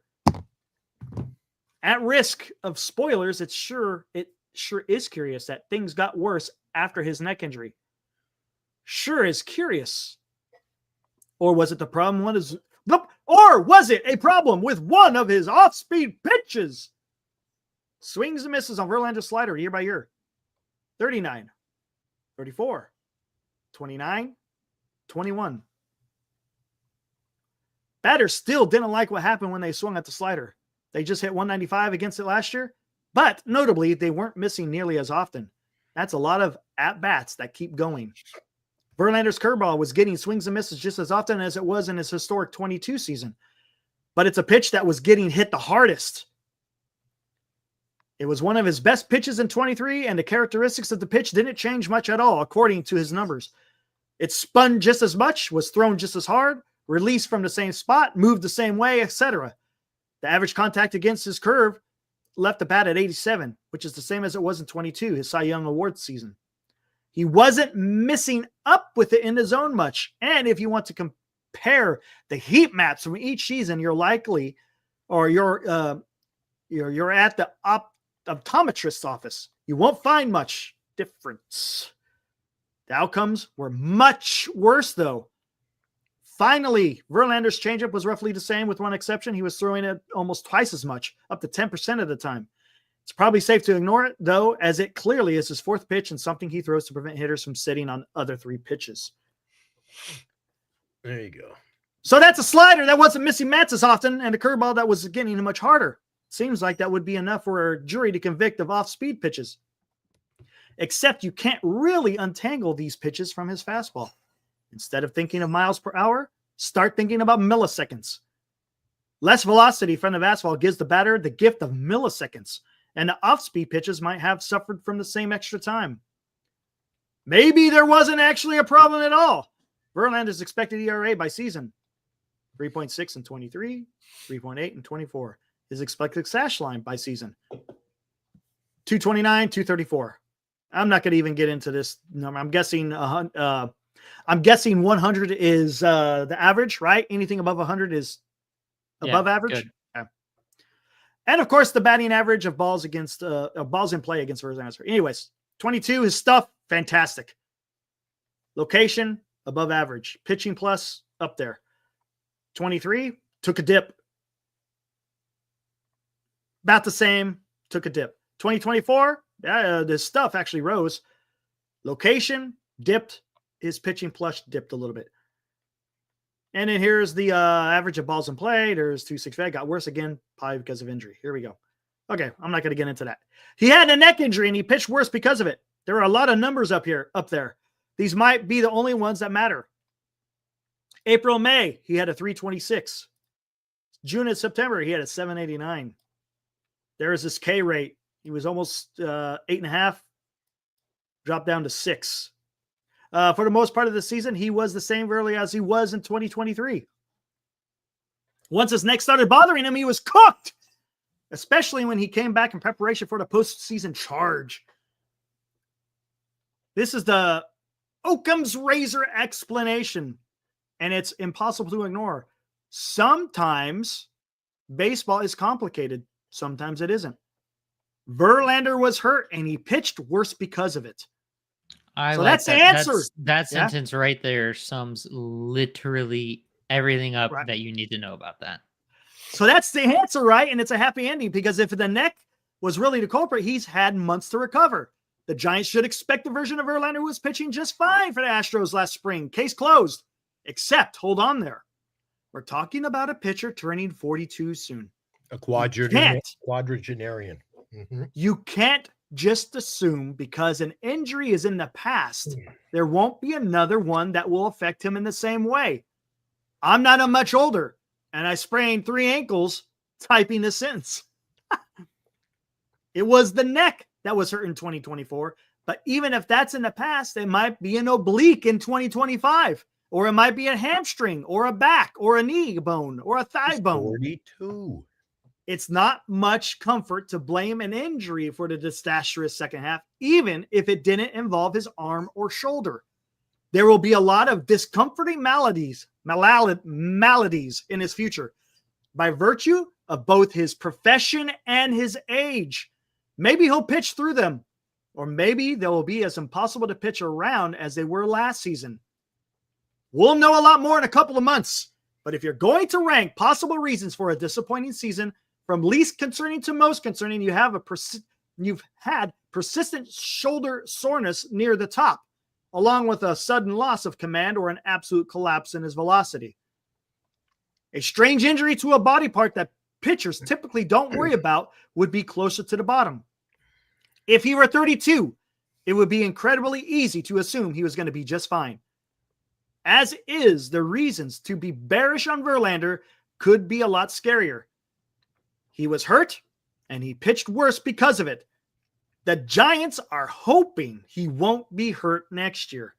I'm bearish. Makes sense from here, even if there are fewer guarantees than usual. Justin Kerwin. It says plain, simple. I like it. Don't sign I like damaged goods, but no Giants. They don't learn. They still keep signing damaged pitchers. There we go. We'll see. Again, he's equating it. I'm talking about Grant Brisbane. He looks like he's equating it to his injury. And what he's saying is that's not to say that he's going to come out and have an absolute fantastic 2025 because of his age. His age could play an issue. And just like he said, you may not have a neck issue, but you could have another injury that you're not used to having because of your age. So again, yeah, in 1 year, it doesn't matter. I agree, Greg. 1 year doesn't matter. Just saying you got to be just a little bit concerned because that 1 year, it could be an absolute, it could be a tire fire or it could be glorious. Right? Yeah, skaters. 1 year but that is still. And that's the fine. And that's the blessing. Honestly, that's the blessing. It's a blessing, but I don't like the attitude. I don't like the attitude. What are you saying? Eric, if he sucks, if this fails, it's only 1 year. There's another crappy freaking year of Giant Sports Talk Live every night of the year talking about this team. I'd rather be talking shitty about him for 1 year than multiple years. They couldn't sign him multiple years. He'd be cut above. No, I know that, but that's the thing. We'll see what happens, man. Again, 42 years old, man, as a pitcher. How many 42-year-olds out there had success? It's not very many. That's what I'm saying. Right? Right, Dilly? Right, Vince? I mean, You're 42 years old. Greg Maddux, like I said, he pitched 194 innings in his 42 season between two teams and had a 4.22 ERA. Guess And you how know many what? people he struck out How that many? season? 194 innings. He struck out 98. Yeah, that's nothing. Think about that. That is insane. And here's the thing. And Maddox had a little bit more success because he wasn't ever a hard thrower. He was a location guy. Verlander, on the other hand, is all about velocity and that curveball, right? Mhm. So it could be that much more disastrous. We'll see, though. I'm ready to get it here, Eric. 3 Yeah, hours. it's about done, man. Yeah. Past my Get out of bedtime, and I'm a little. I was over gonna say it. for a nothing. Yeah, let's get out of here. No topic podcast. Good or God, I know, show. man. I don't know what the hell happened. Well, it's Not nice on to guys Verlander like again. you, Vince. Vince Thanks, never got guys. much talk time. No, Vince, he talked a lot when he first came on, man. He was Vince good. comes in with some good takes. I like Vince. Yeah, Vince was good, man. Appreciate Thanks, it, Vince. guys. Thanks, Dilly. Thank you. Appreciate it. Hey, Dilly, Yeah, thanks thanks, for those Vince. songs again. No too. worries. Dilly. They're awesome. No Good worries. job on the songs tonight, Dill. Thank you. Right There Peace you on. out, go. guys. There you go. Vince and the Dill Pickle right there for you. Right on. Good stuff, man. Had a little history lesson and then People talk don't like more it, Eric. baseball. When you know what? You speak your mind. Thanks, Tom. Look at it this way, guys. I'm saying it's not going to work out. I got a 50-50 shot. Is that so bad? I hope obviously I want the Giants to win. So let's hope it's Greg agreed with me, by the way. We don't agree on very much, Eric. He said 9 wins. It's about what we'll get out of him if he goes 9 wins? 9 wins. What do you think? I don't. Before we wrap it up, I don't know. I'm not throwing that out there because we just don't know, man. Thanks, Justin. Thanks for coming We'll in, buddy. Justin says 8 wins on the way out the door. There you go. Well, there you go, Greg. How many That's wins what has he it's all got now? Career. Remember, everybody's talking about, he's got to get his 300. I think he's in 240 something. Oh, Jesus Christ, Eric, he's going to have to pitch till he's 60. I think he's got like 57 wins to get to something like that, right? Jeez, Eric, who's gonna sign this guy? Move it. I don't care about his individual record. I want to know what he's going to do for the team, man. Thanks, Tom. Tom loves you. I get on these guys, man, but I don't. I love It's them. 38. Oh, I'm wrong. So he's at 262. I'm bad. So he's going to have to pitch 3, 4. You know what? Go pitch in Pittsburgh or Miami or somewhere and get your 300 to win. To be honest with you, if he wants to get to win, he probably should have gone and freaking. Gosh, you're going to make me go long. Did you see? Would it have made it When sense? he got his 300th. He looked like a broken down old man. Let's His talk about this 300th with the Seattle Mariners. Before we get out of here, wouldn't it have made more sense if he's going for these individual records? Wouldn't it have made more sense for him to go sign with the Dodgers for 1 year? Right? But If the he wants Dodgers to get those wins, nor did they need him. They're much smarter than that, Eric. I'm just saying, at this particular time, it made sense for Dodgers to sign a guy like Verlander than it did for the Giants. Just because of where they are. No, as far as I the disagree wholeheartedly, Eric. The LA Dodgers learned very, very emphatically last year what an injury can do to your pitching staff. What I'm saying I is that don't they think just they need, were interested in any 42-year-old pitcher. if they're going to a 6-man rotation, Justin Verlander would benefit. God, they got 9 starters now, Eric. I know. They could trade him though. That's what they do. They'll trade him and get more players. That's what they'll do, man. I guarantee you the Dodgers wanted it. He wasn't on their radar, man. Probably wasn't. No. At least not for 15 million. Not for 15 million. Anyways, let's get the hell out of here. Let's go. Yeah. And if it's Verlander, who you got to pin your hopes on getting, you got to get people in the seats, Eric, but we got Verlander. I don't see it. I don't see it. Are you selling Verlander to your clients to buy tickets? Don't know. I don't see it. Eric, this one I'm going to be emphatic on. I just do not see a 42-year-old pitcher being somebody that the fans are going to rally around this year and rush out and sell out Oracle Park. Well, don't worry. The Giants are going to be out there. Their media machine will be cranking. So you watch. Who, Roki? No. I'm talking about trying to put peoples in seats. Giants will be that media freaking machine will be going full bore and trying to drum up the support for Verlander. And Giants baseball. Same team, same motto.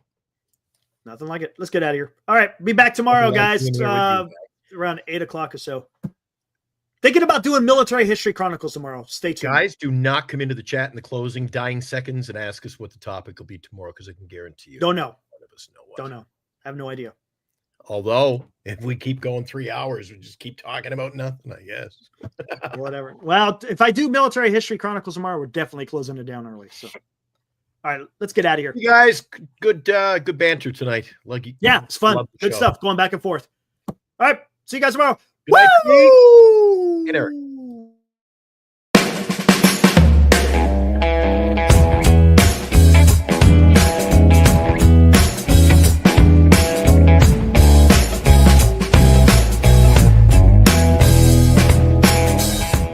You've been watching Giant Sports Talk Live with Eric and Glenn, a Northern Lights Entertainment Broadcasting production.